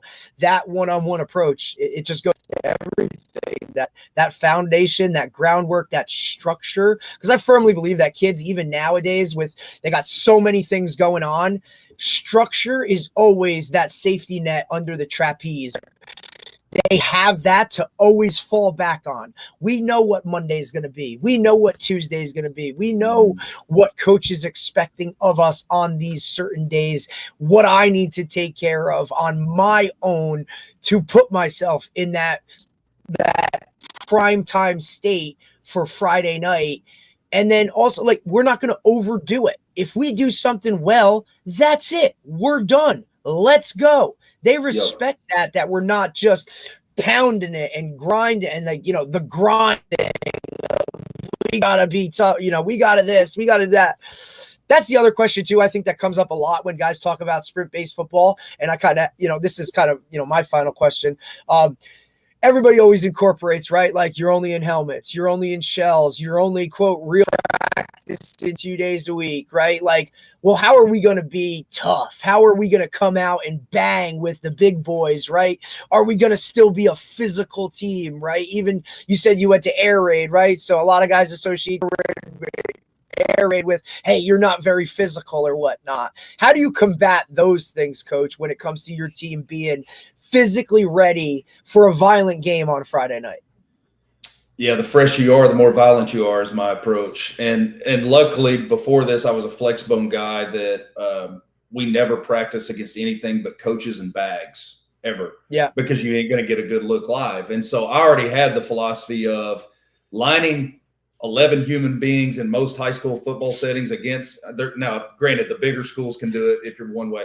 But in most settings, 11 versus 11 football is not good production for what you're trying to accomplish. So I don't have any issues with not going live all the time. Matter of fact, I think not going live produces better execution because you can focus on technique, you can focus on fundamentals, being full speed, spacing, all these different things. And I've never walked away from a game going, my gosh, we just a varsity game. We're just not, we weren't physical tonight because we didn't hit each other enough this week. I've never, ever had that. I actually think it adds to the physicality because we're not banging on each other all week. Yeah, I mean, I think that technique is something that goes away when you're going the really good guys against the not as good guys. And they just end up beating up your not as good guys. And that's unless you have a full other 11 that can do the job, it becomes a hard thing. Yeah, I think you have to do some obviously, so you get some pushback. Where you have. Yeah, for me, that's in spring and fall camp. Right. We're gonna have some live sessions, quite a few of them actually. But once we get in the season, I don't feel like we need it. You're trying to keep them healthy and you're trying to keep them moving fast. And I think that's an important part of it. Is there a balancing act that you have between how you do things, meaning as far as from a sprint pace standpoint, the speed of the reps versus how many reps? Because you talked about like one day you thought that maybe you did too much sprinting one day, or a coach accidentally did too much stuff. What is the balancing act of that for you? Well, when I first got into this, like probably everybody, I wanted, Brad Dixon or Garrett or somebody just to hand me a book and say, do this. And don't we all? What, and they use the phrase, you got to build your own recipe. And, right. At the time I was like, yeah, whatever. You're just making everybody work for it a little bit. But now I can 100% say you do have to build your own recipe because not every situation can be the same. How much my skill kids may have to run in the air raid may be different than in the single wing or the wing T, or, there's just a lot of variables that you've got to So I feel like, to answer your question, we've dialed in on Tuesday and Wednesday, our two practice days, for each segment that we do, because we're very routine. It's the same Tuesday and the same Wednesday every week on offense, defense, and special teams. We know how many reps is going to equal a pretty close yardage of what we're asking because those GPSs. And so it gets scary how few reps we go sometimes. Like when we do our mesh drill with our quick game, we typically our first and second and third groups in the last 4 weeks of this season, they get 1 rep of mesh to the right, 1 to the left. We go 2 quick games to the right, 2 to the left, and the period's over. And that just, I'll be honest, it scared me to death because I'm like, we're not getting enough repetitions to get good at that skill. Now, the backstory of this, though, is because I like painting a real picture. I don't try to paint we do a lot of preloading, in my opinion. And what that means is we have 10 days of spring ball in Oklahoma. Okay, well, we get a lot of reps there. This summer, we're doing 7-on-7 league for 4 nights. Right. We go to 2 7-on-7 tournaments. Our kids throw and catch on their own. I think the stockpile of reps absolutely allows me to get fewer reps right now. And that's going to be hard for some football coaches to come to grips with. And it was hard for me, but I have come to grips with less is more at this time of year. If It's I'm having to fast, rep, right? More reinforcement and fast, right? Is absolutely. that really? Yeah. Game speed reps. Now my Tuesday looks just like any football practice you've ever been to. Like you can't tell a difference in the structure of it. Wednesday, I think you would see some things of like, they're going way faster as far as the kids. Like when he catches and accelerates, he looks like he's in game speed. I think you'd see a little difference on that day, but still, even the naked eye may just look like a normal practice. It's not this big difference. It's understanding your recipe of your load, your max velocity versus acceleration, and what it looks like getting your high reps versus, the whole balance of how many reps you get. To me, that's the cut and dry of it.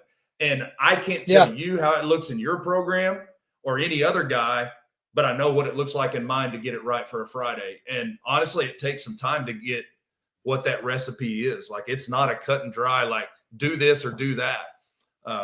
It's very much individualized, as long as you stay in the core principles of you got to have some max velocity, you got to have some acceleration, and less is more. Don't try to burn them today and bring them back tomorrow and get good out of them, because it ain't going to happen. The GPSs you have them on all the guys? 22 players. 22 players. And do you have I mixed it up. Out of 45, that's really good. I mixed it up with I specifically wanted a couple on our freshmen who are down on our JV end just to get some data. I have some linemen, and then obviously I have pretty much all our skill kids. So we have a wide range of what data we're pulling from to see what kids are doing. And they wear game day too, right? So that way they have it. So you compare the data like practice versus game day, and that's how you absolutely measure it. Yeah, that's how we know that our skill kids are usually around 8,500 total yards in a game, whereas in practice we're between 4,000 and 5,000. And then is that coach? You get that data? Is that immediate feedback from self, like, or how long? Yeah, Like once you see it. I've used 2 different GPSs. Last year I used a group, phenomenal people. They're just at the early stages of their GPS system, and we transferred this year to using Titan. And Titan GPS has been phenomenal. So what happens is Coach Webb, he's in charge of that. He gets all the kids their GPSs and all that. And when they come in, they bring them right to him. He hooks them up, and he starts downloading that data.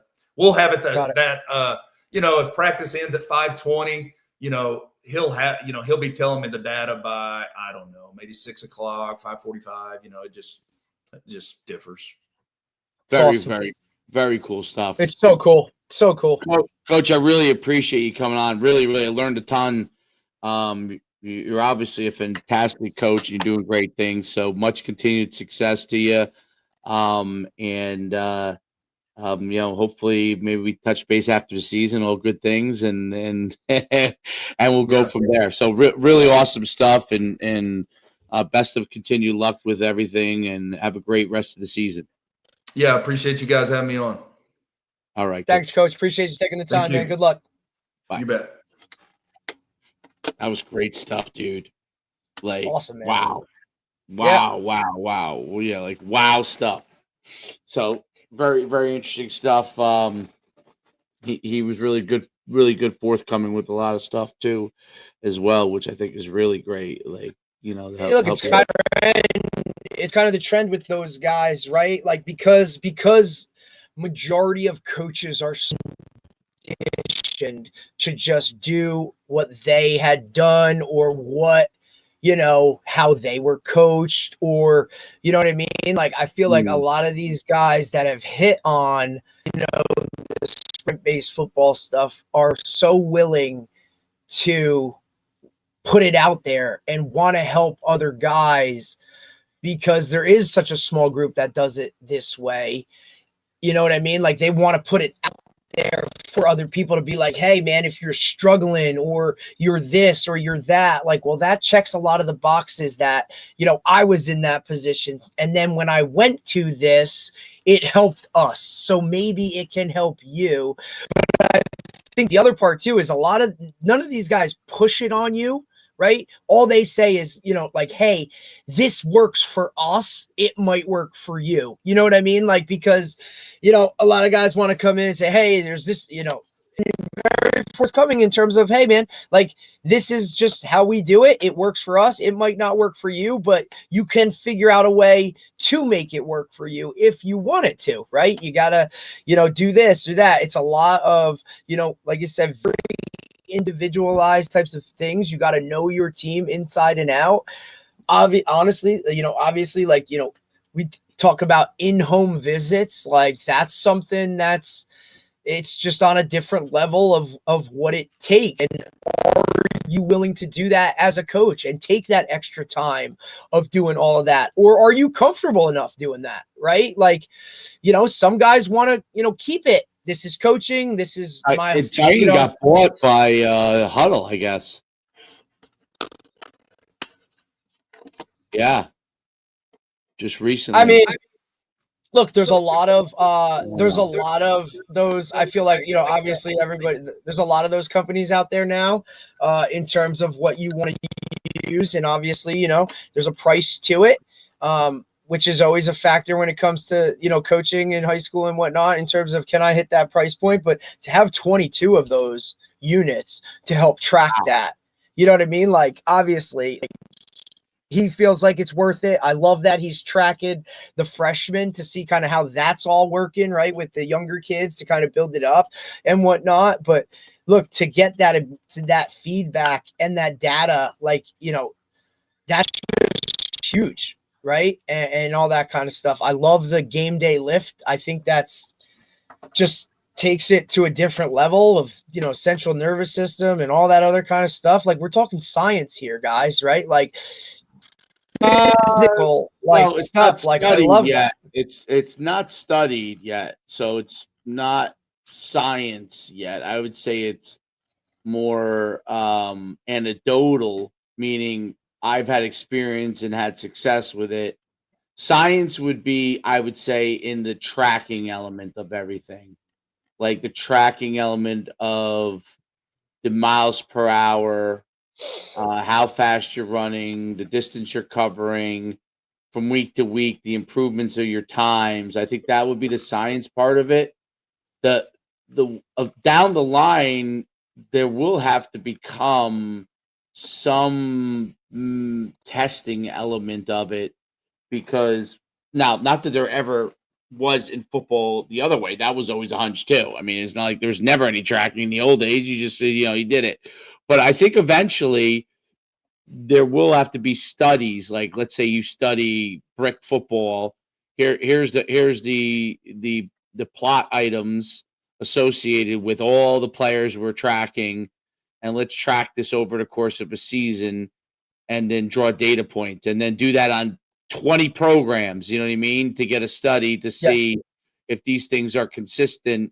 And I think in order to do that, you probably would have to have all of them kind of follow a similar the same program at those schools, and get data, track that with, results, and with win-loss results too, right? So of course that has to be factored in. That has to be factored in. I think that will be a big part of it, because I think part of it right now is emphasis on speed, which is always going to help you in win games. No doubt about it.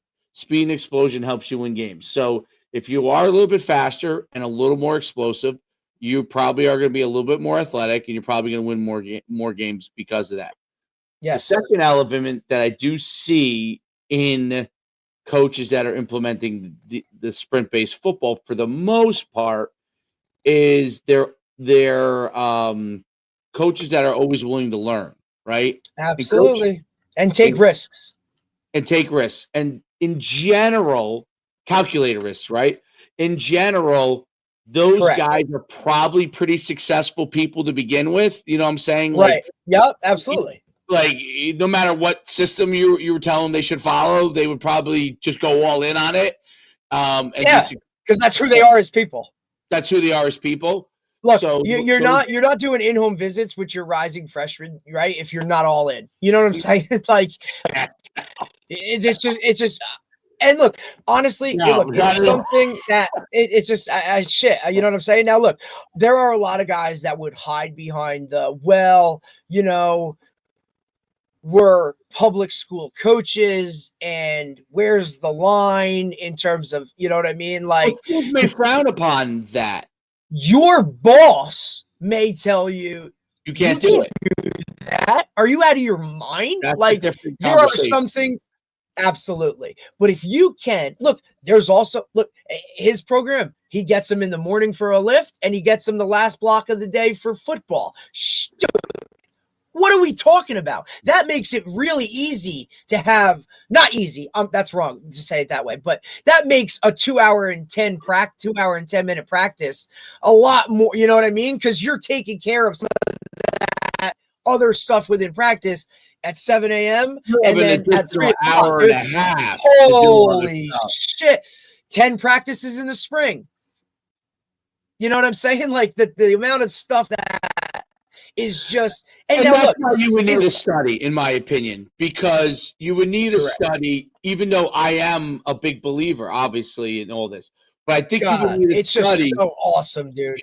The more advantages you have in your program, meaning blocks of scheduling, all those kind of things, advantageous weight rooms, tightened systems, the more ability you have to have those things, you probably will have a better chance for success than, I don't know, some school that has nothing, right? Yes. And they only have a guy for an hour and 45 minutes, period, including the lift, or 2 hours, including the lift, so that would be different. That would definitely be different.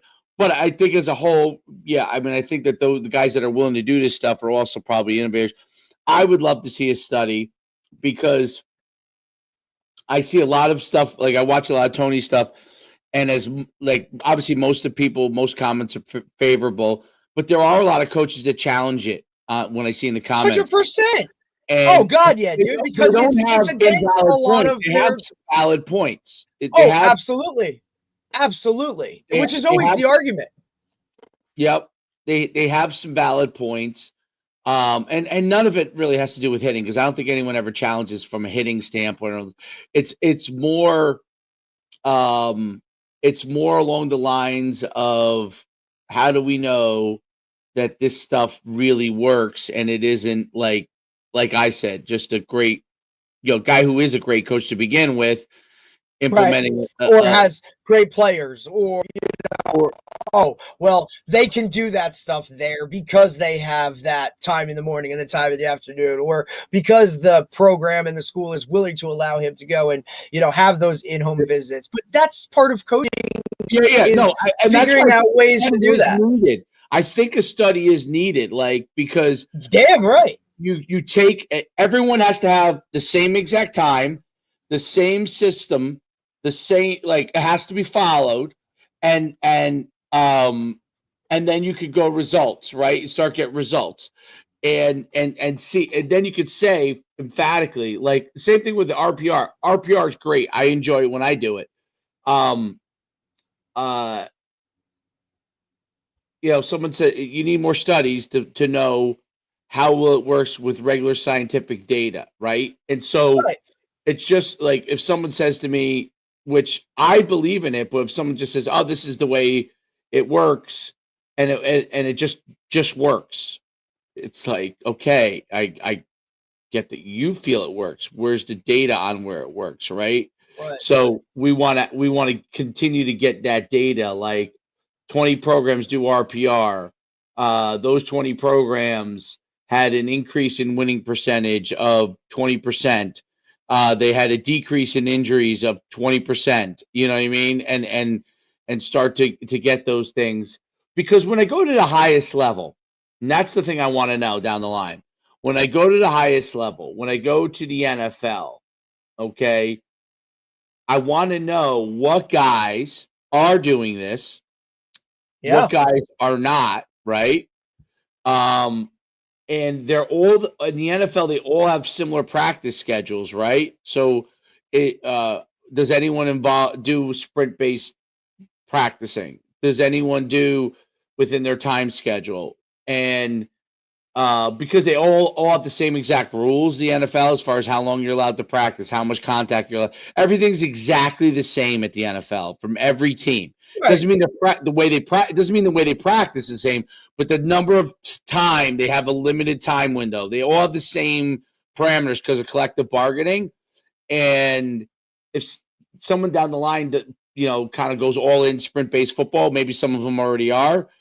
I'd love to get data on that. I'd love to know that kind of stuff because the NFL is the same exact collective bargaining agreement. So they all can only lift so much with this guy, can only do this with this guy. Now, obviously, people could do things on their own, but you get more of a consistency level as to what if someone was implementing. And I think it'd be great to study it because as coaches, we start to like basketball is a lot more data driven in a sense. You take if you make 100 shots, let's say you said that was the way you did it. You make 100 shots every day. You kind of can track that data to what your percentage in shooting is going to be. If you were shooting from X spot 100 times, and then the game it went, you probably will know that pretty easily, right? Whereas in football, there's a lot of like different data points that make it very, very difficult, right, to track it all the correct way without a study. But I think it would be interesting down the line to be able to get all that stuff.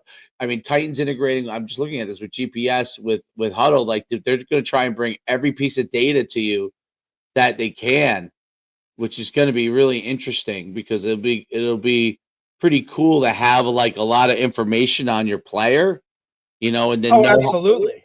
The more the better, right? The more the better. Yeah. Absolutely. Like number 9 is it like how you you put your roster in. So let's say number 9 on your roster is you used Huddle Assist to get all the stats and everything, right? You have hit number 9 stats. You also have his stats from Titan. And it's all integrated, and you could draw a direct line to like, this dude's hitting this mile per hour. Yeah, he's averaging this yards per carry. This guy's doing this, and this. I think that would be so interesting because you can get improvement on your guys informationally from that, and really have like hard data with respect to the game. Which would be really cool. By the way, did you see the horrific injury to Tyreek Hill? Dude, he's done for a minute. He was tackled, rolled up, which didn't look like much when it happened. Never does. He must have got his foot caught underneath, you think? When they were rolling? Yeah, absolutely. That's what happened, right? When they rolled, he got his foot. Oh, my God. Crazy. Brutal. Especially for a guy like that, and I believe, a lot of stuff has been said that, he really got after it this offseason in terms of, he revamped his training, you know what I mean? He really, got, took it to a whole level in terms of, hey, I really didn't have the year I liked last year. So, he changed his offseason and tweaked his offseason, and now you just see something like that happen, which, look, any way you want to spin it, this is a freaking physical, violent game. But that stuff that right there, has, there's not much to do with, that's your foot getting rolled up on. That's part of the game. It sucks, but it goes back to your time is pivotal, man. And you got to make the most of it because you never know when something like that's going to happen. You can't prevent that stuff. You know what I'm saying? That's nothing he did. That's just part of what this game is, man. It sucks, but it is what it is. Right. That's the part that all of the science you can do and all the data doesn't matter. All that stuff. You could get an injury. Well, look, I do think this. The more powerful and explosive you are, there's no doubt that you then get to the edge, right? Then there's an edge, right? That's why it is important, and I'm sure he does it anyway. I don't know. But I don't know for sure. as you're pushing the envelope, let's say speed wise, you have to go and get yourself therapy, right? Yeah. So you balance it, right? Because what happens is, and it's not even about recovery time is important. This therapy is different than recovery time.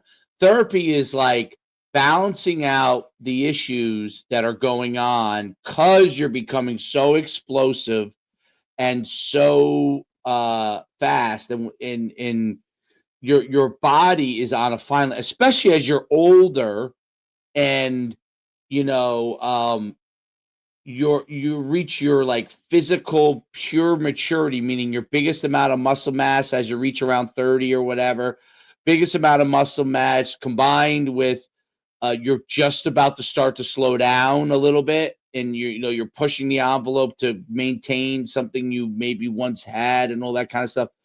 And then obviously the variable of people hitting you, which is obviously a variable that's always part of it. always there. So but yeah, I mean, I think that the more explosive you do become, the more difficult it is, man. The more difficult it is. It's crazy. Absolutely. And especially for a guy like that who, his entire game is built around how fast he is and the speed and all of that. And these last 2 years, right, people are starting to kind of question a little bit of that as for him individually as a player, right, which is why he probably went and reset it this offseason in terms of, I'm going to focus on this training and this, and I'm going to do this, and I'm going to do that. And then here we are, week 4, week 5 of the NFL season. And, look, you're already seeing some really big names with some really big type injuries that are, him, he's done for the year. Malik Neighbors gets an ACL this weekend. Like, the week before that. Gruden's on the opposite of this sprint-based system. So I've heard John Gruden talk about that's the problem when you don't ever hit. You don't ever. I'm sure it is. I'm sure he is, because when you look at Gruden, you look at, hey, he's an old school guy. He's a this, he's a that. You know what I'm saying? Like, look, there's and again, Coach just said it. There's 1,000 ways to win football games, and everybody does it their own way. This is just what I feel, and this is what works for us. The one thing I am seeing with sprint-based stuff is it is usually for a team that their roster size is under 50, right? So that they've had a lot of success, you mean? Correct, right? I'm not saying that no, somebody else isn't doing it or whatever. Just most of the guys that we've talked to in Jersey would be considered like group 3 or group 2 or group 1, where you got guys going both ways. And that because that's always the question when it comes to smaller teams. Well, my guys go both ways and this and that.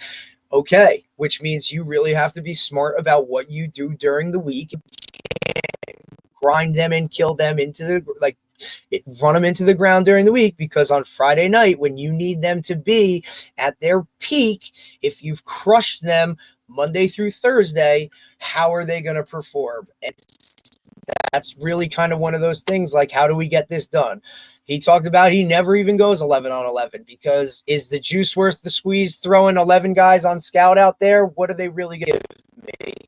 Right? Like, that's another question, because we talk about that all the time. I know I do, right? It's why it's like, hey, man, you younger guys or JV guys, why are you so pivotal every week? It's because you're running what the opposition is. You're giving these guys the look for Friday night and all that stuff.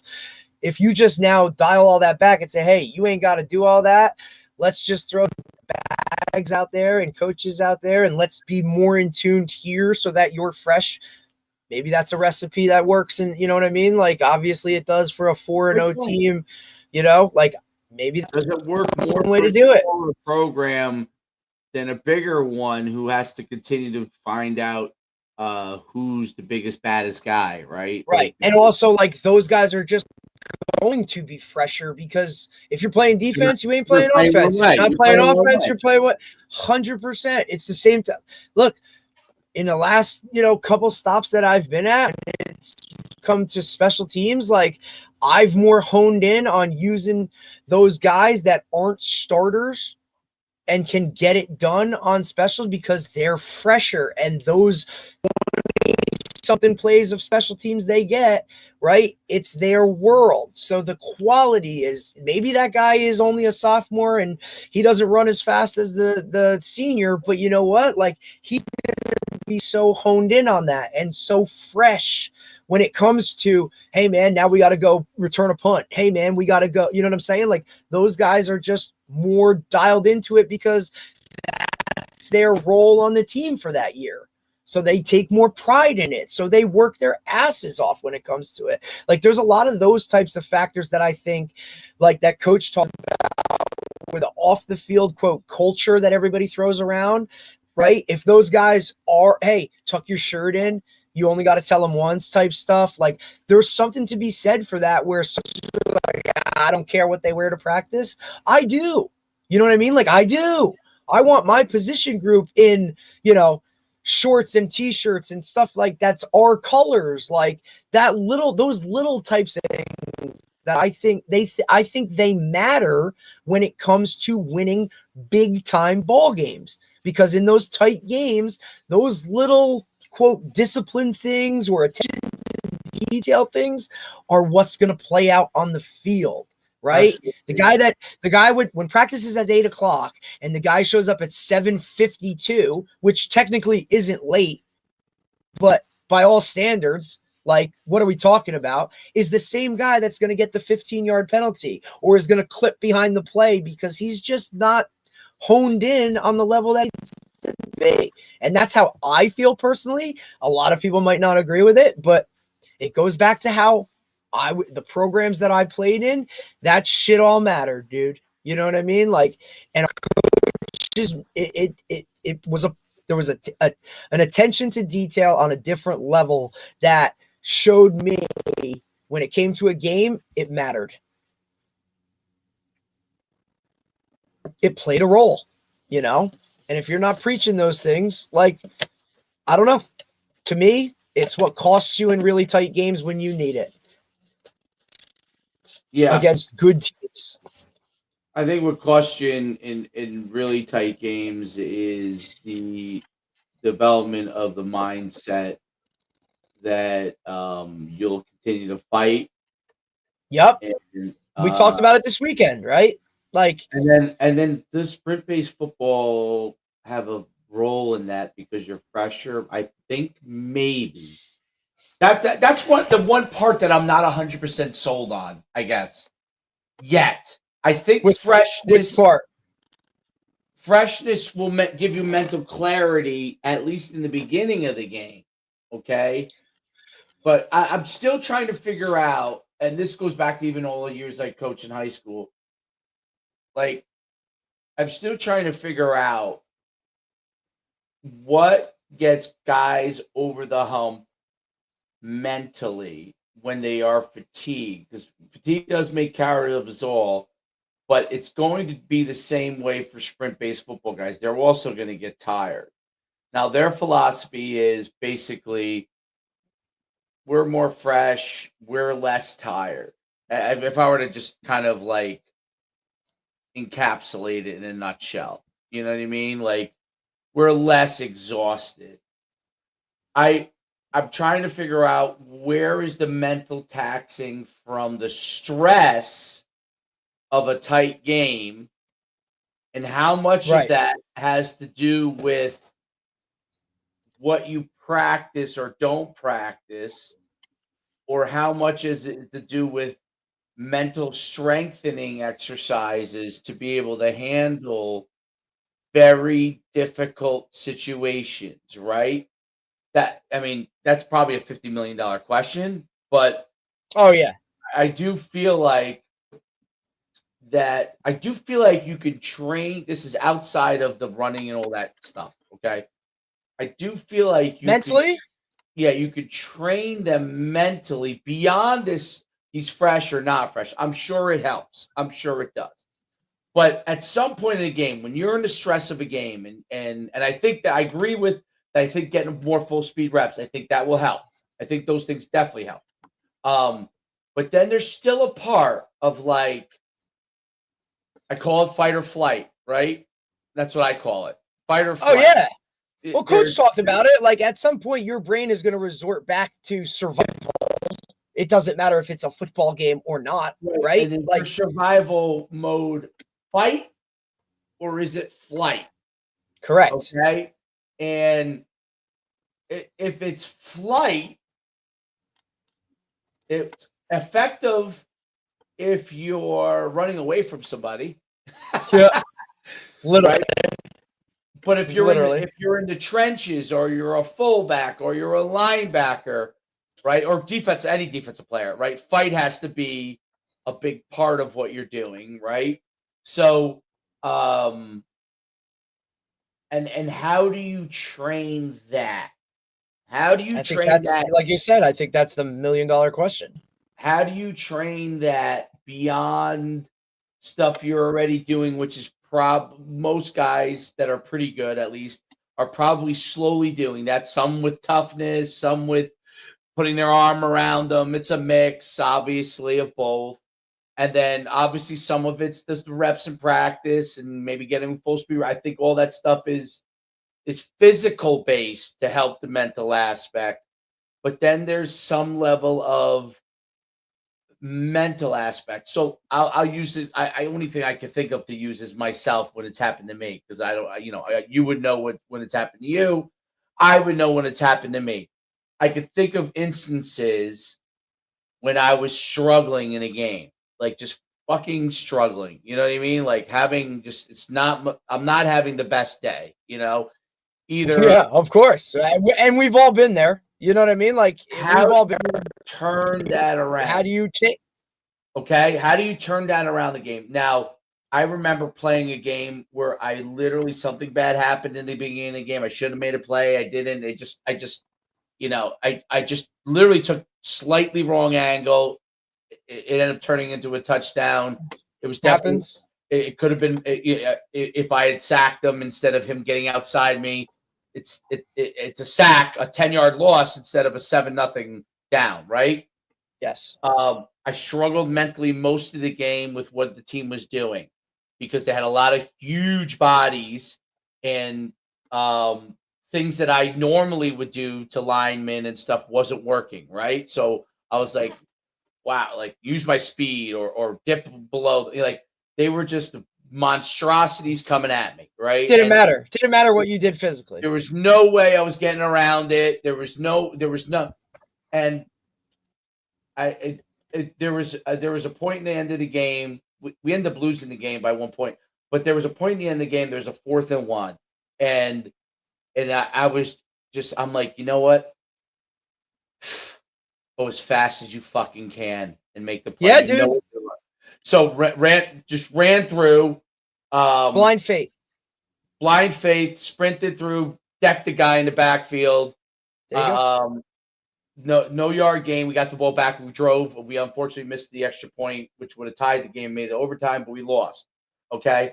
But that was an instance for me that even though I had a shitty game, I was like, oh shoot, I might be on the bench next week. I was able to do that. And I'm sure there are instances when I wasn't able to do it, right? But I was able to figure out how, fuck it, just go. You know what I mean? Just go. Like clear your head, go. How do you, now I probably learned that over many, many years, right? Like over many years of other struggles where I lost, or when it didn't work out, or I didn't do that to myself, right? You know what I mean?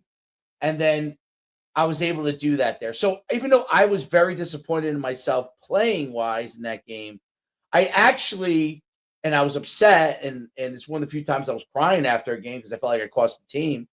But I did, like hours later, I said to him, I was like, you know what? You had the shittiest game of maybe your life, but you still figured out a way to get yourself together at the end. So what can you, to me, like, how do I build on that? And the rest of the year, I had a phenomenal year because I actually felt good when I look back at it a few hours later. I felt good about the fact that I was able to mentally shift my mind, you know what I mean, in the right direction when it was you felt so empowered. Right, you felt empowered. But it also, you're like, wow, teach kids to feel empowered when the It's so hard. It's so hard because it literally comes down to a fuck it. I'm just gonna go and do.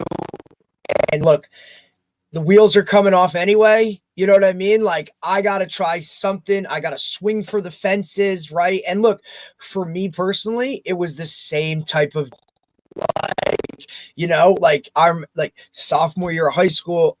It's game like 3. I'm the starter, right? Playing corner. There's a lot of guys on the team that don't feel like I playing that much. I'm having a horrible game, and I blow a coverage, they score. I feel like I'm the reason we're losing all this. And yeah, you know what, man? Like, at this point, literally, fuck it. I'm going to just do what I know I can do and not worry about any of the other outside factors, right? And, that happened early in the game. And you know what? Like, I just made that decision for myself and was kind of just like, because, you're looking around for somebody to kind of get something and nobody's talking to you, right? Like, it's just, you're kind of on your own little island. And it just came down to, look, I'm just going to do what I do. And I'm going to just have that fate and just get after it. And when I loosened up, right, and stopped being so tight, worrying about all that other shit, I've started to play better, right? And I didn't make those mistakes because I knew in my head that wasn't who I was, but I was playing tight because of all those outside things. And you just kind of roll it and you go. And once I saw success from that, there was nothing standing in the way, because that's how I did it every time. I just went out there, did what I did in my head, knew I could do all of these things. And if I physically couldn't, I knew my preparation going into it would take care of the rest of it, or my hard work and all those things. All stuff I did when nobody was looking gave me that edge that I needed to compete at the highest level that I could. And it was the same thing in college when you're battling those outside factors. Hey, this coach doesn't think you should be playing, right? The other guys don't think you should be part of it, right? Hey, man, here we go. Same situation. I'm going to do what I do, and the success comes. And that's when you're really like, hey, man, like, this is what happens. This is what you do. And it just, domino effect. And then it just continues to do it. But you have to make that choice, I think, for yourself individually to just kind of, hey, I'm going to do this. And all of the stuff that's put me in this spot, I'm going to rely on that, because I know my prep work, I know my mindset is tougher than others, even when you're questioning it to yourself, right? Those nights when you're laying in going, dude, I had a shit practice.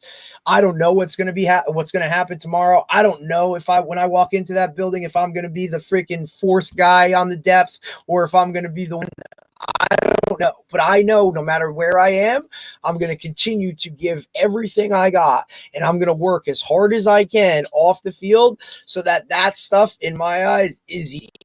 I'm going to go run a couple extra hills. I'm going to catch a couple extra balls. I'm going to watch more film, right? And for me, that's why I think the rank, record, publish thing hits home for me so much, was because, look, I was never number 1 on that list, and I was never probably top 5 on those lists of any of that stuff, dude.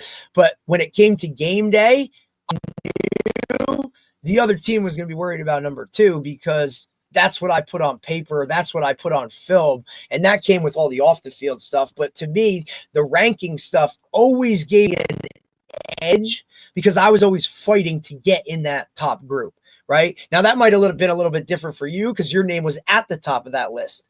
So for me, I had to find fuel elsewhere. And what it was, you want to, hey, I'm not the best defensive player here. Okay, watch, right? Or, hey, you don't think I can play with the big boys? Okay, watch. You know what I'm saying? Like, that was what I used to get me like a little extra, whatever it was. So I think everybody's got to find it within themselves and kind of find their own pathway.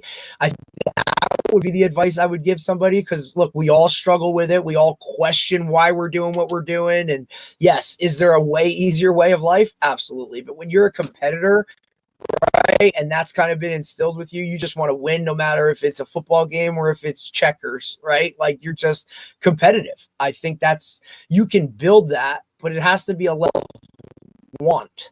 Like you have to want to be great, and you have to want to do all the hard things that nobody's going to give you credit for, or that nobody even knows you're doing, right? The training on the side, all that stuff.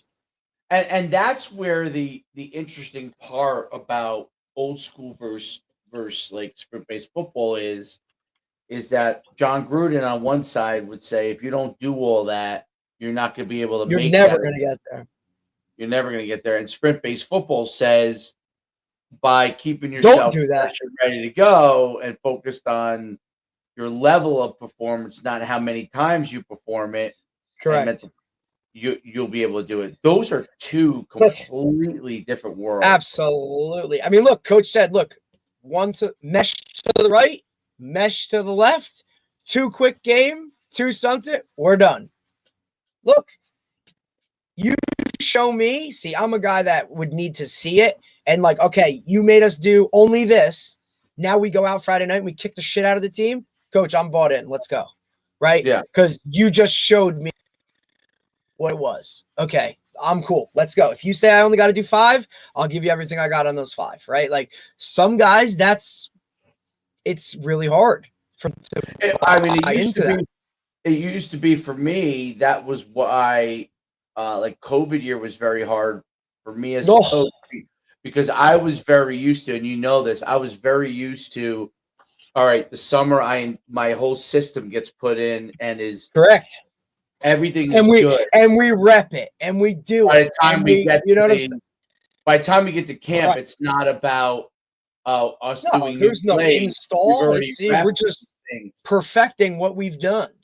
And what was hard for me foundationally about COVID is I wasn't doing it until the season started, and I always felt like, for me, that season felt like a very limiting structure, right, because I didn't have the lead up to it all. So of course, for me, plus it was a young team, right? I like the lead up, you know. Yeah, because that's how you were coached. You know, but if you're a win C guy, you may not need that win. You probably would have had a good year in COVID if you didn't need the lead up, because you're running these 8 plays, you know, and that's it. Absolutely. And you're less which what I would do more of, like I would experiment in the summer with this, and this, and realize, okay, we're not good at this, we're better at this, as opposed to like an air raid system, which is a very structured system, a flex bone system, which is a very structured system, in the sense that this is the only plays you run. The wing T, these are the only plays you run. You do not run very many plays outside of that. And so it lends itself to be, I think, you know, once you develop a certain level of expertise, you don't have to maybe rep it. I don't know. Maybe you do rep. Like, I don't know, you know, I don't know. Who knows? I don't know. Like some guys might, some guys. You guys run that system. I don't know if you're a high rep group or high on reps or not. I don't know. But I think with us personally, it's more of like a happy medium type of level, right? Some days we might feel like, hey, we really gotta get into the rep thing here. We gotta like get a lot of reps, right? And we gotta go. I think early on, quality takes precedent over that, especially when you're, say, introducing the new system, or maybe you have a lot of new guys in the system, right? And also it comes to like your team. You got to know your players, and do they need more reps, or hey, can they handle the quality over quantity? Now you can build that, right, and structure that as you are at a place for a long time. That's how I feel anyway, right? Like you can kind of get that instilled in the guys. And I think the transparency is huge too. Like you said, like, hey, if I know I got to run gassers at the end of practice, then I'm only going 75% here. Like, cause I know I got to go do that at the end. I think that too and that structure piece, knowing what comes on Tuesdays and Wednesdays. And hey, that stuff I think is pivotal. That comes with a little bit of time, right? And I don't know, in today's world, do coaches get that time, right? Or it might take your team longer to get that, right? And just because of who they are and all the outside factors that go into it, like how they learn and can they retain it and can they do it this way, right? Like there's a real feeling out process that goes into it, which is also why I love the fact that coach puts those GPSs on the younger kids. And honestly, those meetings he has with the younger guys coming into it, he knows those guys coming into the program and how he has to structure it or tweak certain things from year to year, because I don't care what anybody says, your team is never the same team 2 years in a row. And if you're still doing the same exact thing you did the year before, look, that might be a new school mentality, right? But if you're still doing everything the same, I don't know if you're really progressing forward. You're moving forward in terms of time, but I don't know if you're getting any better because of that, because every team is different, and it's just how every year is different. Right. What happens within a program, dude. Like, you got to change some things or tweak something. They might not be huge changes, dude, but you got to know what happens and what's going on within your program and your kids and all that. Look, your staff changes, right? Like, who knows, administrators change, right? Like, booster club, changes, parents change, all that shit factors into it, man. Like, and if you're not looking at it and diving into it, that's why I think the data stuff is even more so in the limelight nowadays. I mean, look, he talked about like the nutrition aspect of it when it comes to hydration. Like, his guys were cramping because they just weren't getting enough hydration. Like, how many coaches looking into that? Everybody says drink after practice, but are you literally like willing to go and hand a kid a water bottle, Gatorade, and an element packet after every practice, so that because like that's your issues or those are the things you think you need to do to win games? Well, yeah, the guys that are successful are those guys that are willing to do that. And if you're not, then look, expect to go 500, because it is what it is. But I'll always go back to this, and we've talked about it 1,000 times, Dave. Like, cookie cutter way of coaching is long gone, dude. Like, you ain't coaching everybody the same. You ain't doing all this stuff that, like, it's just overall type of whatever. It's why I think a staff is so pivotal, because those position coaches have such a direct connection with their players that the feedback coming from those individual coaches within that positional group, the small group, that is a game changer. Because if those guys aren't doing what's right and those guys don't know their players or any of that, like, now you're just going off information that could be fugazi. It's what separates football from other sports, because you have 70 guys or 40 guys on a team, where basketball, you can get the pulse of your team real quick in 2 seconds because there's only 12 guys, Right.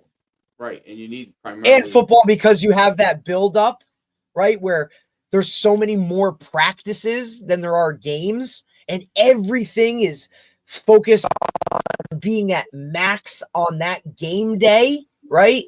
Whereas, basketball, lacrosse, some of those other sports where, hey, man, we just got to get through this game and we can squeeze it out. You know what I'm saying? Because we got another one in 2 days. Like, that's different. Right. Well, basketball becomes a little bit of pacing yourself through it. Yeah. Or knowing, hey, we're going to, right. If I wear them out in practice, correct. Like, hey, we can beat this team this night playing the 7, 8, 9 guy, right? Those guys can get a lot of minutes tonight because, look, like, we got a big one on Friday night, or we got a big one coming. Like, maybe we got to save some of these, right? And you're just kind of, you're managing it, right? It's why, for me, I think it's pivotal, and a lot of coaches don't do it. Look, if I can steal a play, putting another guy in, let's go do it. Oh yeah, right. Like, really? I can put this guy as the back, as the X receiver, because we're going the other direction. You don't have to do much, and now I can get this guy off the field for a play or 2 plays where, hey, maybe I can communicate something to him that I normally wouldn't because he's on the field, or hey, he doesn't have to win this thing or get banged up or do this, right? And then you're giving those other guys experience. If it's a younger guy, if it, you're just getting, you got to steal reps somewhere. And then, you also never want to just get caught in a situation where you're like, oh shit, I don't have anybody. Well, that's on you for not preparing somebody to get there, right? I'm always constantly thinking about, hey, if this guy's helmet comes off, who goes in the game? If this guy rolls an ankle, who goes in the game? Are you comfortable putting that backup or that 2 or 3 in the game and you're still okay? It might not be optimal, but is he going to get it done enough for you to win the game, dude? Like, guys don't think like that, I guess. I don't know. I've always thought like that. Maybe it's a group one mentality, knowing if this guy gets hurt, we are for the whole season. Yeah, well, that's definitely group one. You learn that quick, dude. You learn that quick. Guys from group one can move up to group 4 or 5, big school. And they're like, oh my God, this is amazing. You're like, it's wait hard a minute. If you're from a big school guy to go down. Dude, those guys can't do that. It's the same way that it's the same way when some of these big time college guys, right? They get fired or whatever, and they're like, all right, well, I'm just gonna coach, I'll coach my son's high school team. And they come back and they're like, man, high school coaches are unbelievable because the shit they got, it's off the field stuff. It's, hey, this guy's jersey don't fit or he don't have cleats or it's so much non-X's and O stuff, like, or you're just, it's that ballot of like, coach, I forgot my chin strap. My favorite at youth is all the kids. Buckle my helmet, please. That it's hard for them to buckle their helmet. People don't realize how hard it is for them to buckle I say to guys all the time, I say, buddy, like, your shoelaces aren't. Oh, shoelaces are. Oh, I know. Oh, I know, coach. What do you mean? You practice like you don't tie your shoes? No, coach, never have. Okay. Practice. All right, dude. Shoes being tied is always. Look, I'm always the coach that's like, hey, you got your gloves on. I got it. And the guys are like, did you just tie his shoes? I'm like, dude, it's just way faster than the process of taking off gloves, doing that. I said, we'll never get on the field. Dude. I got it. I got it. Okay. No, you're right. It is. I'm like, dude, I got it. It's not that he can't tie his shoes. It's not that I'm babying him. I'm like, it's just alleviating 30 seconds and a delay game. 7 hours. Let's just go do it. Holy shit, dude. It's awesome, though. And look, even at the high school level, you're like, buddy, can we tie our shoes, dude? Or I got to take my gloves off for this. For what? What the hell do you need to take your gloves off for, dude? Like, oh, well, I don't wear gloves on defense. All right, dude. Whatever. I don't get it, but whatever. Whatever. But that was awesome. Tomorrow, man, Tony. So tomorrow and when? Friday? Tomorrow and Thursday. Tony Villani tomorrow, right? Another 10 a.m. Big 10 a.m. And then we'll talk to Coach Thursday, another sprint-based football guy in the Florida world. So tomorrow we have Tony Villani, obviously, right? He's a big, Tony Holler type guy, talk, all that kind of stuff. And then Chinkar, who's a head coach down in St. Petersburg, Florida.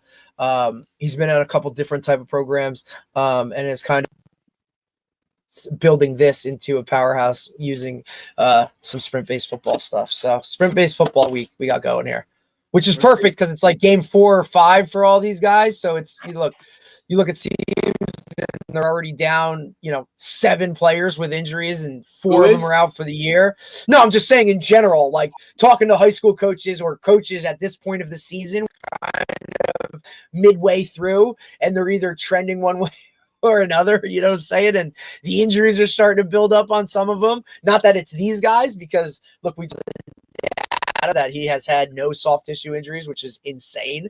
No concussions, like that's another whatever that adds to the whole thing. But it's fun talking to these guys mid-season, man, because some of them are already burnt out and shot and like, oh my God, we're done. Like, can't wait for this thing to be over. And then you got some guys that are like, yeah, man, we just had a big win. You know, homecoming's out of the way, so we ain't got to worry about a longer halftime and shit. And, you know, a lot of my son went to the RBC Homedale game. oh, baby. You know what he told me? What a game. You know What what he a told game. me? He said the Homedale quarterback is unbelievable. That's what he said to me. Listen, I think he had another like 60-yard run for a touchdown. I know it came down to like the end of the game. And he broke off a run. They could have tied or beat. They could beat him maybe. Yeah, I think they went. I think it was like came down to a conversion where they to win it or something. Yeah, they went for it. I don't know. I ain't got no offense. I ain't got time to watch these other teams, dude. No, you don't have time. Try to get us rolling with what. I did have a referee in our JV game, which listen, I do have to give a shout out to those guys yesterday. Incredible game, 30-0 victory over Central. We're 16 strong, Dave, going into the game in terms of guys. We played with 16. And Central had they were 20-20, like sideline, like holy shit. And our guys rolled them, man, and they had a blast doing it. Like they had a lot of fun, which for me is so rewarding because you know what it goes into, baby, getting the shit beat out of you all week doing scout team and all that stuff. And they roll out every Monday and they just, hey coach, we're going both ways. And I got linemen running down kickoff, bro, and it's like, it's a whole different world of that. But I had a referee on our sideline who obviously we know all these guys like now because they're all our 7-on-7 guys. He's like, man, I had to throw a flag the other night that I never wanted to throw. It was it was actually RBR and Shore, and RBR scored late and went for 2 to win it rather than tie it. And he had to throw a motion penalty that negated a made field goal or a made extra point. I think it was a made extra point. And I think ultimately they missed the next one and they cost him the game. So he was like, man, I thought RBR beat up. Well, then it was the other way. Maybe it was the other way. Like Shore might have scored and then whatever. And he didn't. He was like, he was like, man, that was a tough one. I'm like, hey, man, they would have won the game. Would have won the game, and he had to throw the flag to it was like a motion penalty or something where it negated what happened. It was like, dude, God, I don't ever want to do that. Yeah, so Shore ended up losing 14-13 to Red Bank because he basically threw the flag. He's like, man, he's like, man, enough for that shit. I'm like, yeah, I hope you boot, scoot, and boogied out of that place before they could, I'm sure you heard some choice words from fans on the way out, dude. Yes. Wow. Yeah, that's come to a youth game. Tough spot to be in, but hey, man, it's your job. Oh yeah, you get some interesting cats. We get some interesting cats, boy. Yeah, boy. It's definitely interesting. Listen, I had to at one point yesterday during the game. JB, you get some interesting cats. Oh yeah, dude. But I had to tell the outside. Obviously we put a huge emphasis on blocking outside, and we know how that works, dude. When you're stalking, you could throw anytime that guy gets loose, any jersey tug is a flag, So the one kid probably gotten he had already gotten 2 flags for holding downfield. And I said, look, dude, I just spun it. And I'm like, man, if you're getting holding penalties, that means you're trying, you care, right? So I appreciate it, but let's let go of the jersey when he goes to run. Oh, sorry, coach. I just tried to block the guy like you said, and I'm like, right, all right, buddy. I'm the effort part, that's the whole part. That's 60% of the battle here. Okay, is you're willing to block on the edge and not just, hey, I'm only here to catch touchdowns. So we'll start with that, dude. You're only a sophomore. It's okay, and he didn't get one the rest of the game. So irregardless of it, but at least he's giving me the effort. I'll take that, dude. But you know how JV is, man. It's wild. There's always something where you're like, oh, that's interesting. Oh shit. Oh, okay. That's a new one. What? That's a new one. Tony Villani tomorrow. You got it. We'll see you tomorrow. Enjoy your day. You got it, buddy. All right, bye.